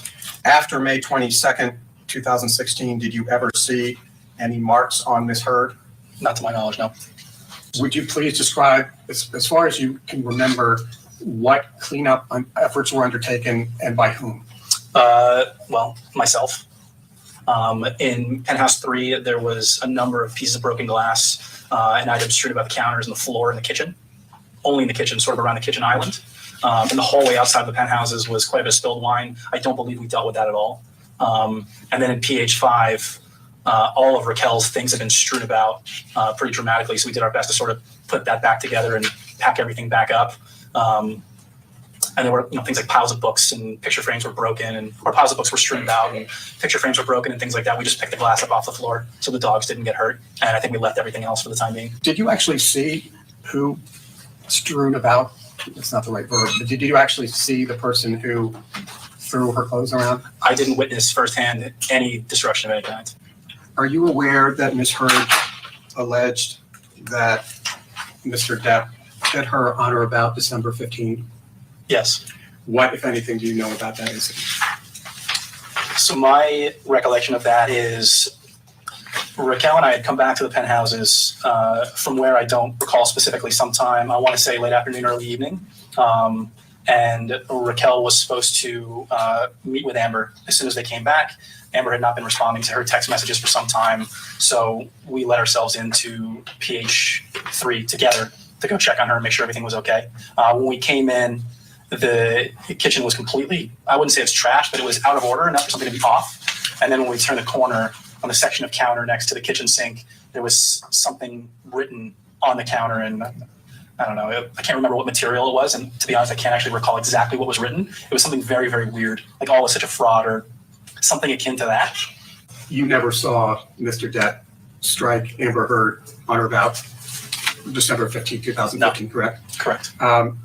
Did you see Ms. Heard that night? Yes. Did you notice any bruising or other signs of injury? Yes, pretty significant.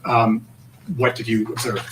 I noticed specifically she had pretty significant bruising on the inside of both eye sockets, kind of extending down the bridge of her nose, and her forehead was red. But you have no first-hand knowledge of how that injury occurred. That's correct. Are you aware that she made Amber Heard made a television appearance the next day? Yes. Do you ever see Mr. Depp take drugs, either prescription drugs or drugs that were not by prescription? Yes. How many times?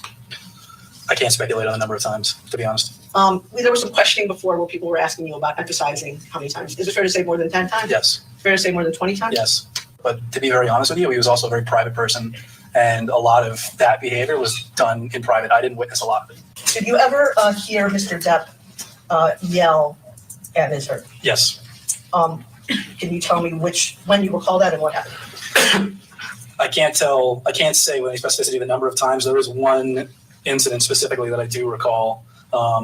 Myself and Raquel were vacationing in France with the two of them, and we were staying separately, separate houses, and the two of them were having a very, very loud argument with one another, screaming at each other that we could hear through the walls. How long do you recall approximately that yelling lasted for? I want to say that I witnessed personally, maybe 30 minutes. Did Mr. Depp often wear heavy rings that you noticed on his fingers? Yes. More than one? Yes. And were they large? Is that fair to say? If memory serves, yes. December 15, 2015, Los Angeles, California, which is the next page.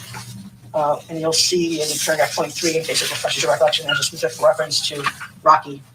What knowledge do you have about this incident? specifically coming home, I want to say late afternoon, early evening. It was myself and Raquel. Melanie was not present. Amber had not been responding to Raquel for some time. They were supposed to hang out, the three of them.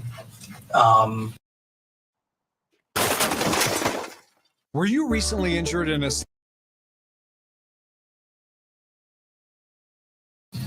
we let ourselves into PH3 to check on her and make sure everything was okay. And we came inside. The kitchen and the dining table were a mess. Like the kitchen island area, things were strewn about outside of the norm. And there was something written on the counter adjacent to the kitchen sink, like I stated previously, something like "always such a fraud" or something in that vein. We realized something was off right away. Raquel told me to go back to our place and then booked it upstairs. I didn't hear from her for about 10, 15 minutes, which I was obviously concerned about. The incident you just testified about, you talked about the kitchen being, with Mr. Chu, about the kitchen being a mess on one incident. Is this the same incident you were referencing? Correct. Okay. So I think you testified that when you came and you saw some writing in the kitchen. I've showed you a document, which is a photograph that was marked as Drew 10, and asked you if that's what you were referring to earlier. Yes. And did you come to learn, Mr. Drew, who had written this language? Is this the kitchen, withdrawn? Is this the kitchen counter? It's the kitchen counter next to the kitchen sink. And this is in the apartment of Ms. Hurd and Mr. Depp? PH3. And did you come to learn who had written these words on the kitchen counter? I'm sure there'll be an objection to this response, but I knew it's his handwriting. When you use the preposition "his" in that answer, you meant Mr. Depp? Correct. And why, and are you saying that you recognized at the time that it was his handwriting? Correct. And how were you able to recognize Mr. Depp's handwriting? He has a very unique mode of penmanship. And you had seen that mode of penmanship previously? Many times. Can you read what is written on the countertop in Drew 10? Why be a fraud? All is such bullshit. Is this, Drew 10, an accurate photograph of what you recall seeing that day? To my recollection, yes. Was anything else written on the countertop? Not that I remember. When you saw when you came to the apartment and saw the mess in the kitchen and saw these words written on the countertop, were you concerned? Immediately. And what were you concerned about? That something very, very bad had happened. And that's in part because you assumed immediately that Mr. Depp had written these words? Yes. Can you read you read into the record what it says? Just correct me if I'm wrong. That little kind of red thing there in the top right-hand corner of the photograph, do you recall, is that a lipstick? Part of a lipstick? Couldn't tell you. Okay. At the time, did you have any idea of what this was written in? Do you recall? Looking at it, I can answer. I don't recall from the time, so I'm going to say no. And I take it, Mr. Drew, you didn't take this photograph? No. Do you know if Rocky did? I don't know. And when you say you were concerned that something very bad had happened, what do you mean by that? You walk into somebody's house and it looks like they vandalized it and things are amiss, or if things are strewn about, it doesn't portend anything good.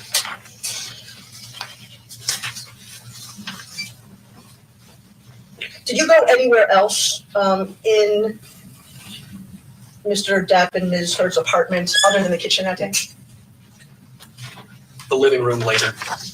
So, again, to the best of your recollection, I understand it's a long time ago, and I understand these aren't exactly happy memories, but can you tell me chronologically what happened? That you let yourself into the apartment, you saw this. Just tell me the story again, to the best of your recollection of what happened when. How I remember it is that like I said, we came home late afternoon, early evening. Hadn't heard from Amber in some time, which was out of character for her. Let ourselves in to go check. Saw that written on the counter. Saw the kitchen amiss. Raquel looked at me and said specifically, "Go back to our place. I'm going to go check on her." Bolted upstairs. I was sitting over in PH1 in our apartment waiting, and I heard from her. Again, I don't remember exactly. I want to say it was about 10 or 15 minutes later. I really don't remember what my response was. I don't remember what transpired after that, other than there was some time that she was over there. I don't remember when or even if Melanie came over at any point during that evening. What do you recall about that? And I remember it specifically because she had pretty significant visible facial injuries and didn't know if she was going to be in a state to do it, or didn't know whether she was even going to have the physical appearance to be able to do it. Okay, when you say these things, first of all, she in those statements is Amber Heard, correct? Yes. Did you see Ms. Heard's face that day? Yes. Do you have good vision? I didn't have glasses and I didn't need them then, so yes. So I'm handing you a document that was marked as Drew 11. You can see from the top page, it was attached to Ms. Heard's affidavit declaration as Exhibit 13. And I want you to look at the photos of Ms. Heard's face and tell the jury, Mr. Drew, if those were consistent with what you observed on her face that day. It is. I was with Raquel when she took the pictures. And the pictures were taken on Raquel's iPhone or photo camera? On my recollection, yes, they could have been taken on Amber's phone. So there wouldn't be any potential accusation of bias or anything like that. And you described. You can alter the camera phone photos.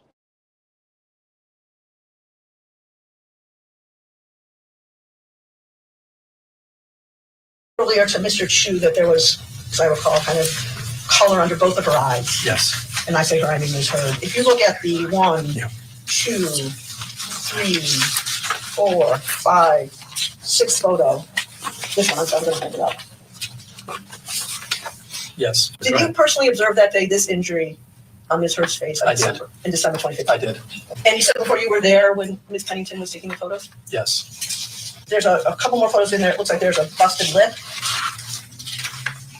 See those photos? Yes. Do you recall seeing that personally on Ms. Heard's face that day?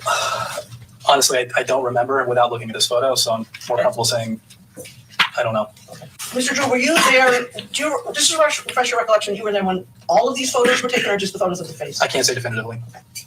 But there's some photos you were there for that are here. Correct. But at least some of the photos in Drew 11, you recall being there and personally observing Ms. Pennington take them. Correct. And are you aware of any efforts by Rocky or anyone else to manipulate the photos that were taken that day with Photoshop or any other method of changing a photograph? If I had any knowledge of that or even suspected it, this would be a very different interview. It's deposition, but yes. Or a very different deposition, whatever. I'm going to turn now to the incident on April 21, 2016,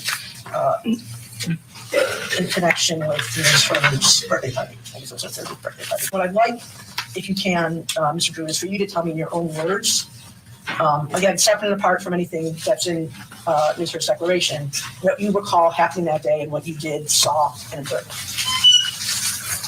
So memory serves, it was Amber's 30th birthday. She wanted to have a dinner party at the apartments, just close friends, and I offered to cook dinner for everybody. There had been some mention that he had appointments or he had some things and but that he would be there and so on and so forth. I really don't recall specifically who the appointments with, what they were for, what time they were, and anything like that. Quite frankly, any talk of schedule with either Amber or Johnny was pretty much moot, to be very honest. Everybody arrived. We were sort of, I think we waited for a little bit of time expecting him to show up. And at a certain point, I don't know who made the decision. They're just like, let's sit down and have dinner. He'll get here whenever he gets here. And we had the party in PH5. We sat outside. I want to say he showed up not towards the end of the evening, but pretty close to.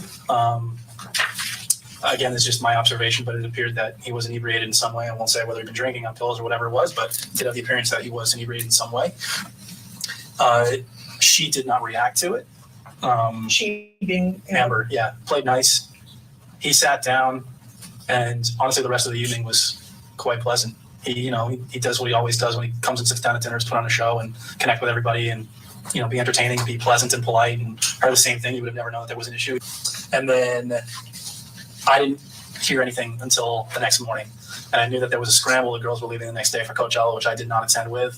But all I knew was that they had gotten in a pretty big argument. But because of the rush to get out that day, I didn't really get too many stories about it. You cooked the dinner that night? Correct. What'd you cook? Oh, I remember that. Actually, I do remember. What'd you cook? I made tacos, actually. Don't ask me why I remember what I made, but I did. Amber she wanted Mexican food, so I did a big Mexican spread. When you say that when Mr. Depp walked in, he appeared inebriated, do you recall, was he swaying? Was his voice, his words slurred? What do you recall?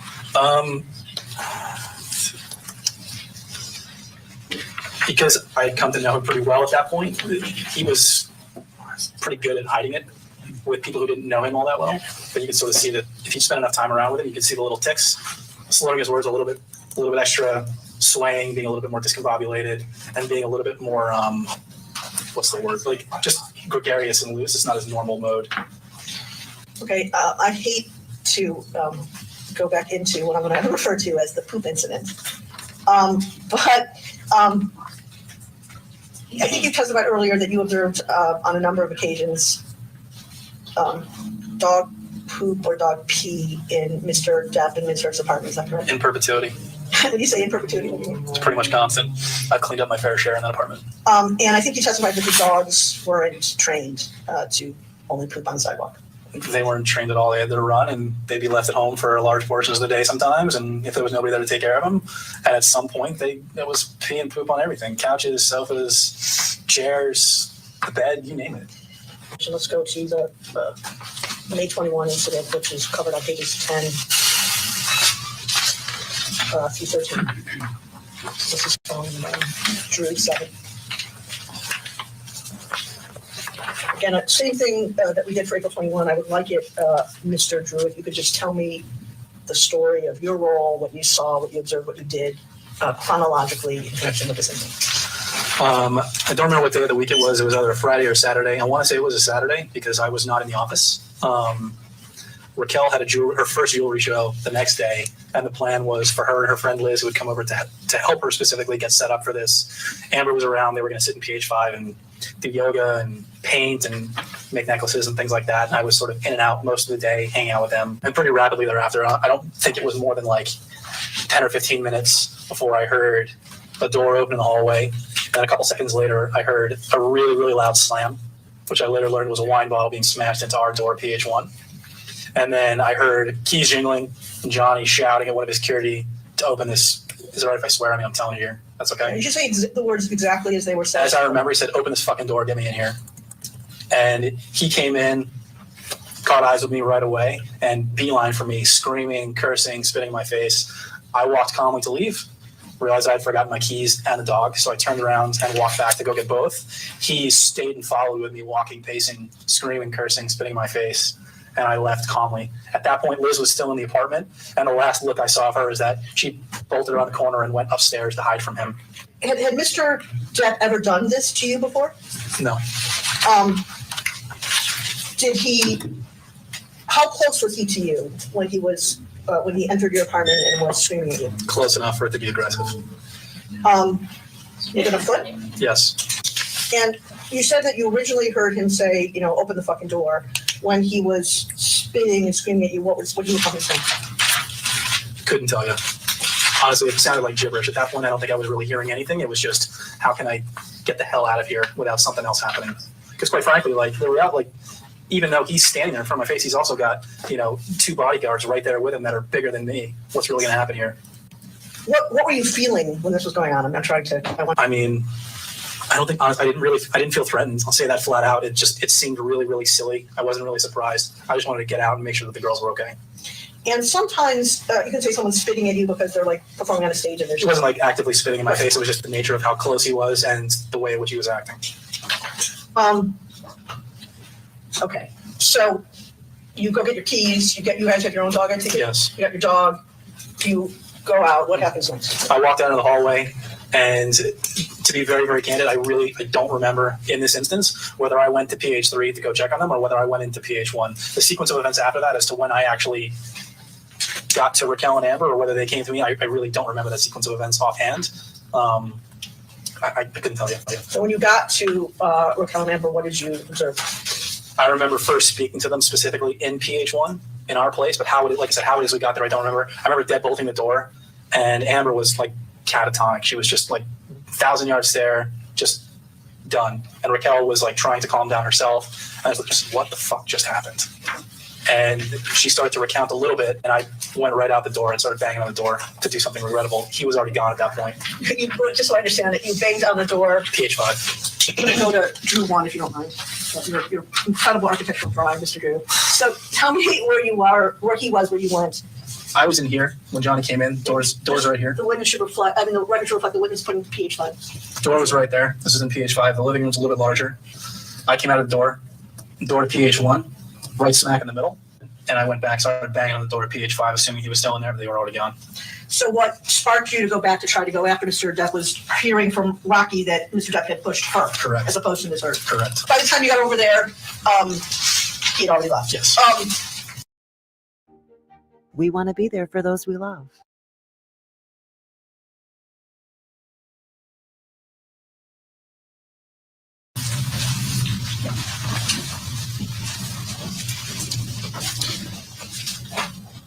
You said that Amber, when you saw that Amber and Rocky, I think you said Amber seemed catatonic. Yeah, she was just a ghost. How did Rocky seem? From what I remember, sort of like when somebody's coming down from an adrenaline rush, she was just sort of like, she didn't really know what to do. Couldn't sit still, just sort of standing there and shaking. So after you had gone to try to find Johnny, she already left. What happened next? I went right back to the girls to make sure that they were okay after my own little selfish outburst. And they were at that point still in your apartment? They were still in my apartment. I came in. Amber started to come out of it a little bit. Raquel started to calm down a little bit. I started to get a little bit of information as to what happened. The thing I remember most distinctly was that Amber had Johnny's cell phone in her hand, so I took it from her. And when did you first learn about the police? We were in PH1. I believe at that point when I came back upstairs, Amber was already on the phone with her attorney.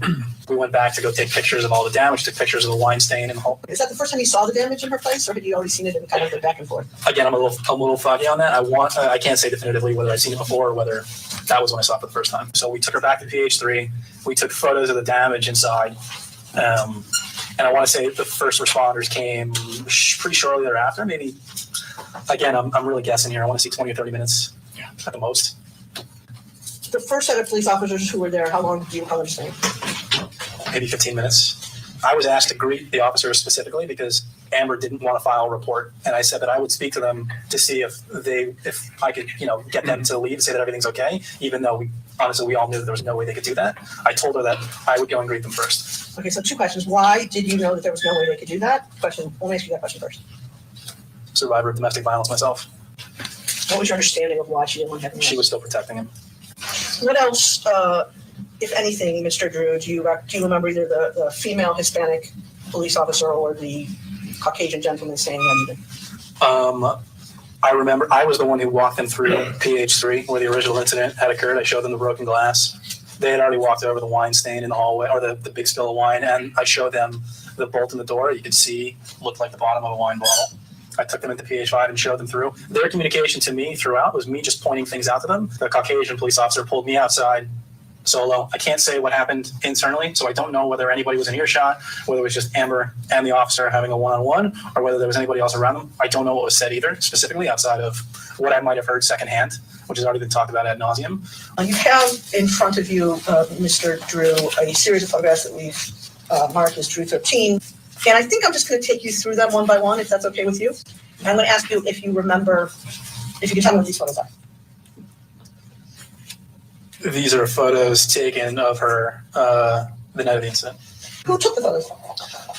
Some were taken by me, some were taken by Raquel. And when you say the night of the incident, May 21. and are you sitting here today, can you distinguish which were taken by you and which were taken by? No.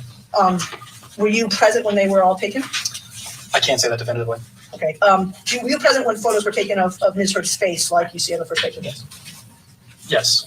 And is this image of Ms. Hurd's face on May 21 consistent with your recollection of what her face looked like? Yes.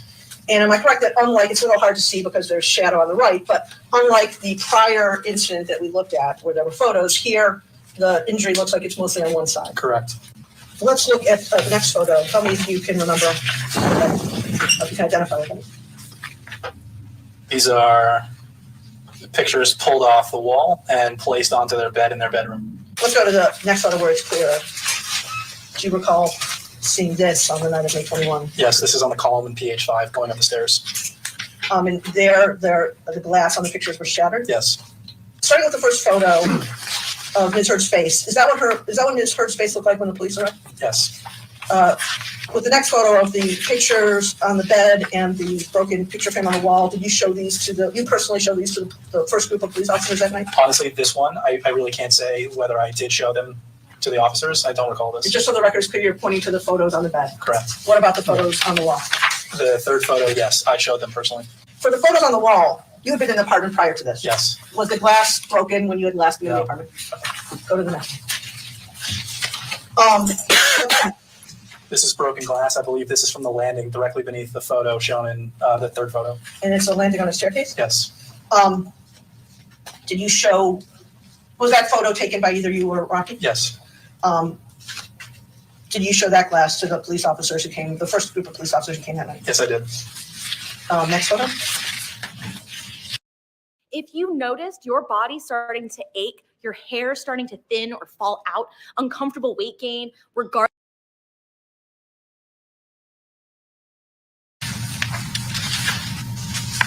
I take it even I can figure that out. That's the stairway, I think. And that photo was again taken by either you or Rocky? Correct. Was the broken glass on the stairway depicted in this photograph shown to the first group of police officers that night? Yes, it was. What's the next photo? This is the hallway where there would have been spilled wine right outside the door of PH1. And do you see spilled wine in this photo? Yes. Can you indicate for the record where that is? Here and here and here. He's pointing to the sort of middle of the photograph on the right side, on the floor, on the stripes. And was this a photograph taken by either you or your then wife? Yes. And did the police officers, the first group of police officers who came, see this on that evening? They would have walked through it before they even got to the door. But that's not something you should know. No. Last photo in the series.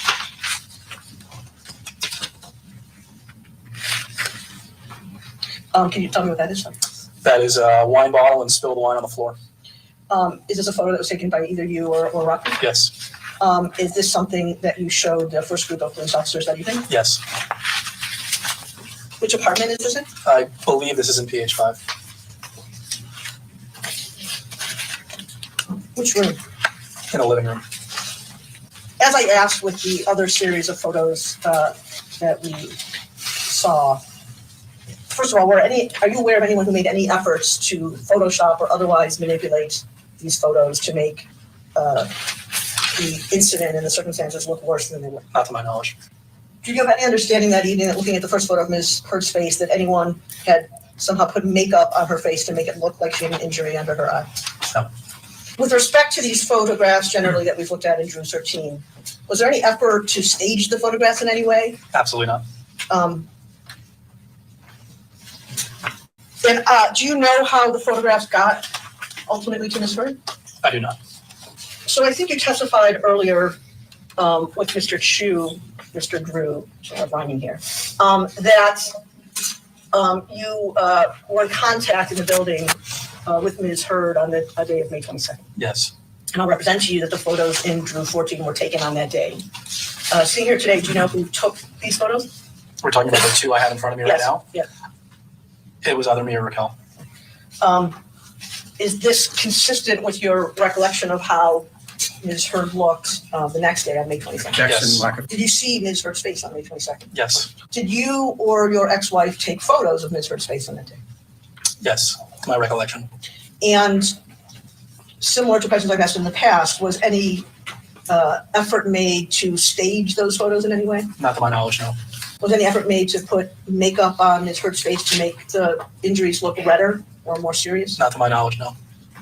Was any manipulation of the photos done, either using Photoshop or any other similar method? Not to my knowledge, no. I'm showing you a document that's been marked as Drew 18.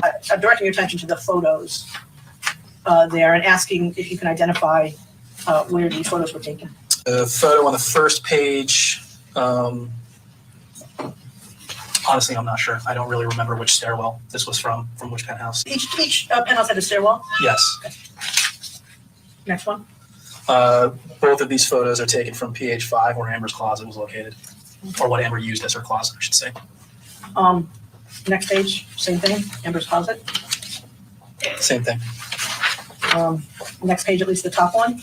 The top one, same. Bottom photo on that page. Bottom photo is taken from, it looks like it's taken from the landing on the stairwell of PH5 towards the kitchen, towards the Broadway side. And the next page just seems like similar copies. Were you ever made aware, Mr. Drew, of anyone destroying Amber Heard's closet this way?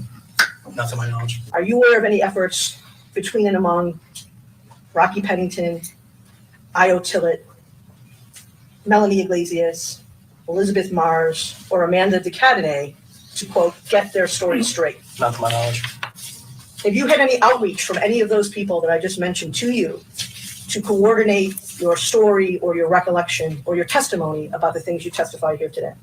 No, I did receive a phone call from IO. I want to say maybe 3 months ago. That was to catch up. And did you discuss during that phone conversation your recollection of the events that we've been discussing? No. You testified that the dogs were too small to climb the stairs. Is that correct? And if the dogs, in fact, were too small to climb the stairs, how would they be able to jump on the bed? One of them was not. So it's your testimony that one of the dogs had the ability to climb the stairs and jump on the bed, and the other had neither. Correct. All right.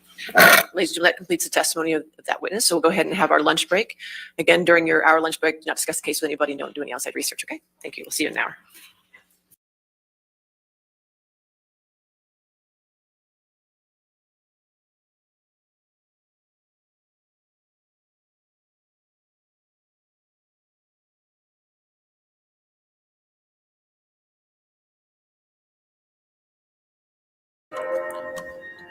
Okay, ladies and gentlemen, that's just the end here. I just basically was just showing 2 clips. Stay tuned for some more because tomorrow, let me stop sharing the screen. Because tomorrow I will be showing some more of tomorrow be day 18, correct? Tomorrow day 18.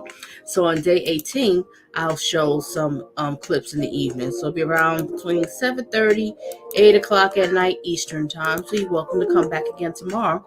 And thank you everybody for being here. Thank you, the real Jack Newtown, for being here co-hosting. Thank you for everybody for coming, engaging, being here, hitting the like, and voting. Let me see what the vote says right now.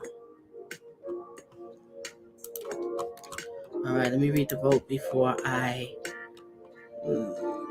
cut off here. Hold a second. Okay. The vote we only have 24 votes. And the question is, which team are you on? Amber Heard, of course, 0%. And 100% said Johnny Depp all the way. Yes, Johnny Depp. Because these are a bunch of liars, okay? They all lying. But we'll see what's going to happen tomorrow on day 18.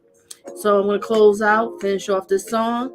And everybody, make sure you hit the like. If you didn't hit the like, and feel free to come back tomorrow evening, Eastern time, 7:30 or 8 o'clock Eastern time, one of those times. Just subscribe, hit the alert so you'll be notified. All right, so enjoy the music and let's get it.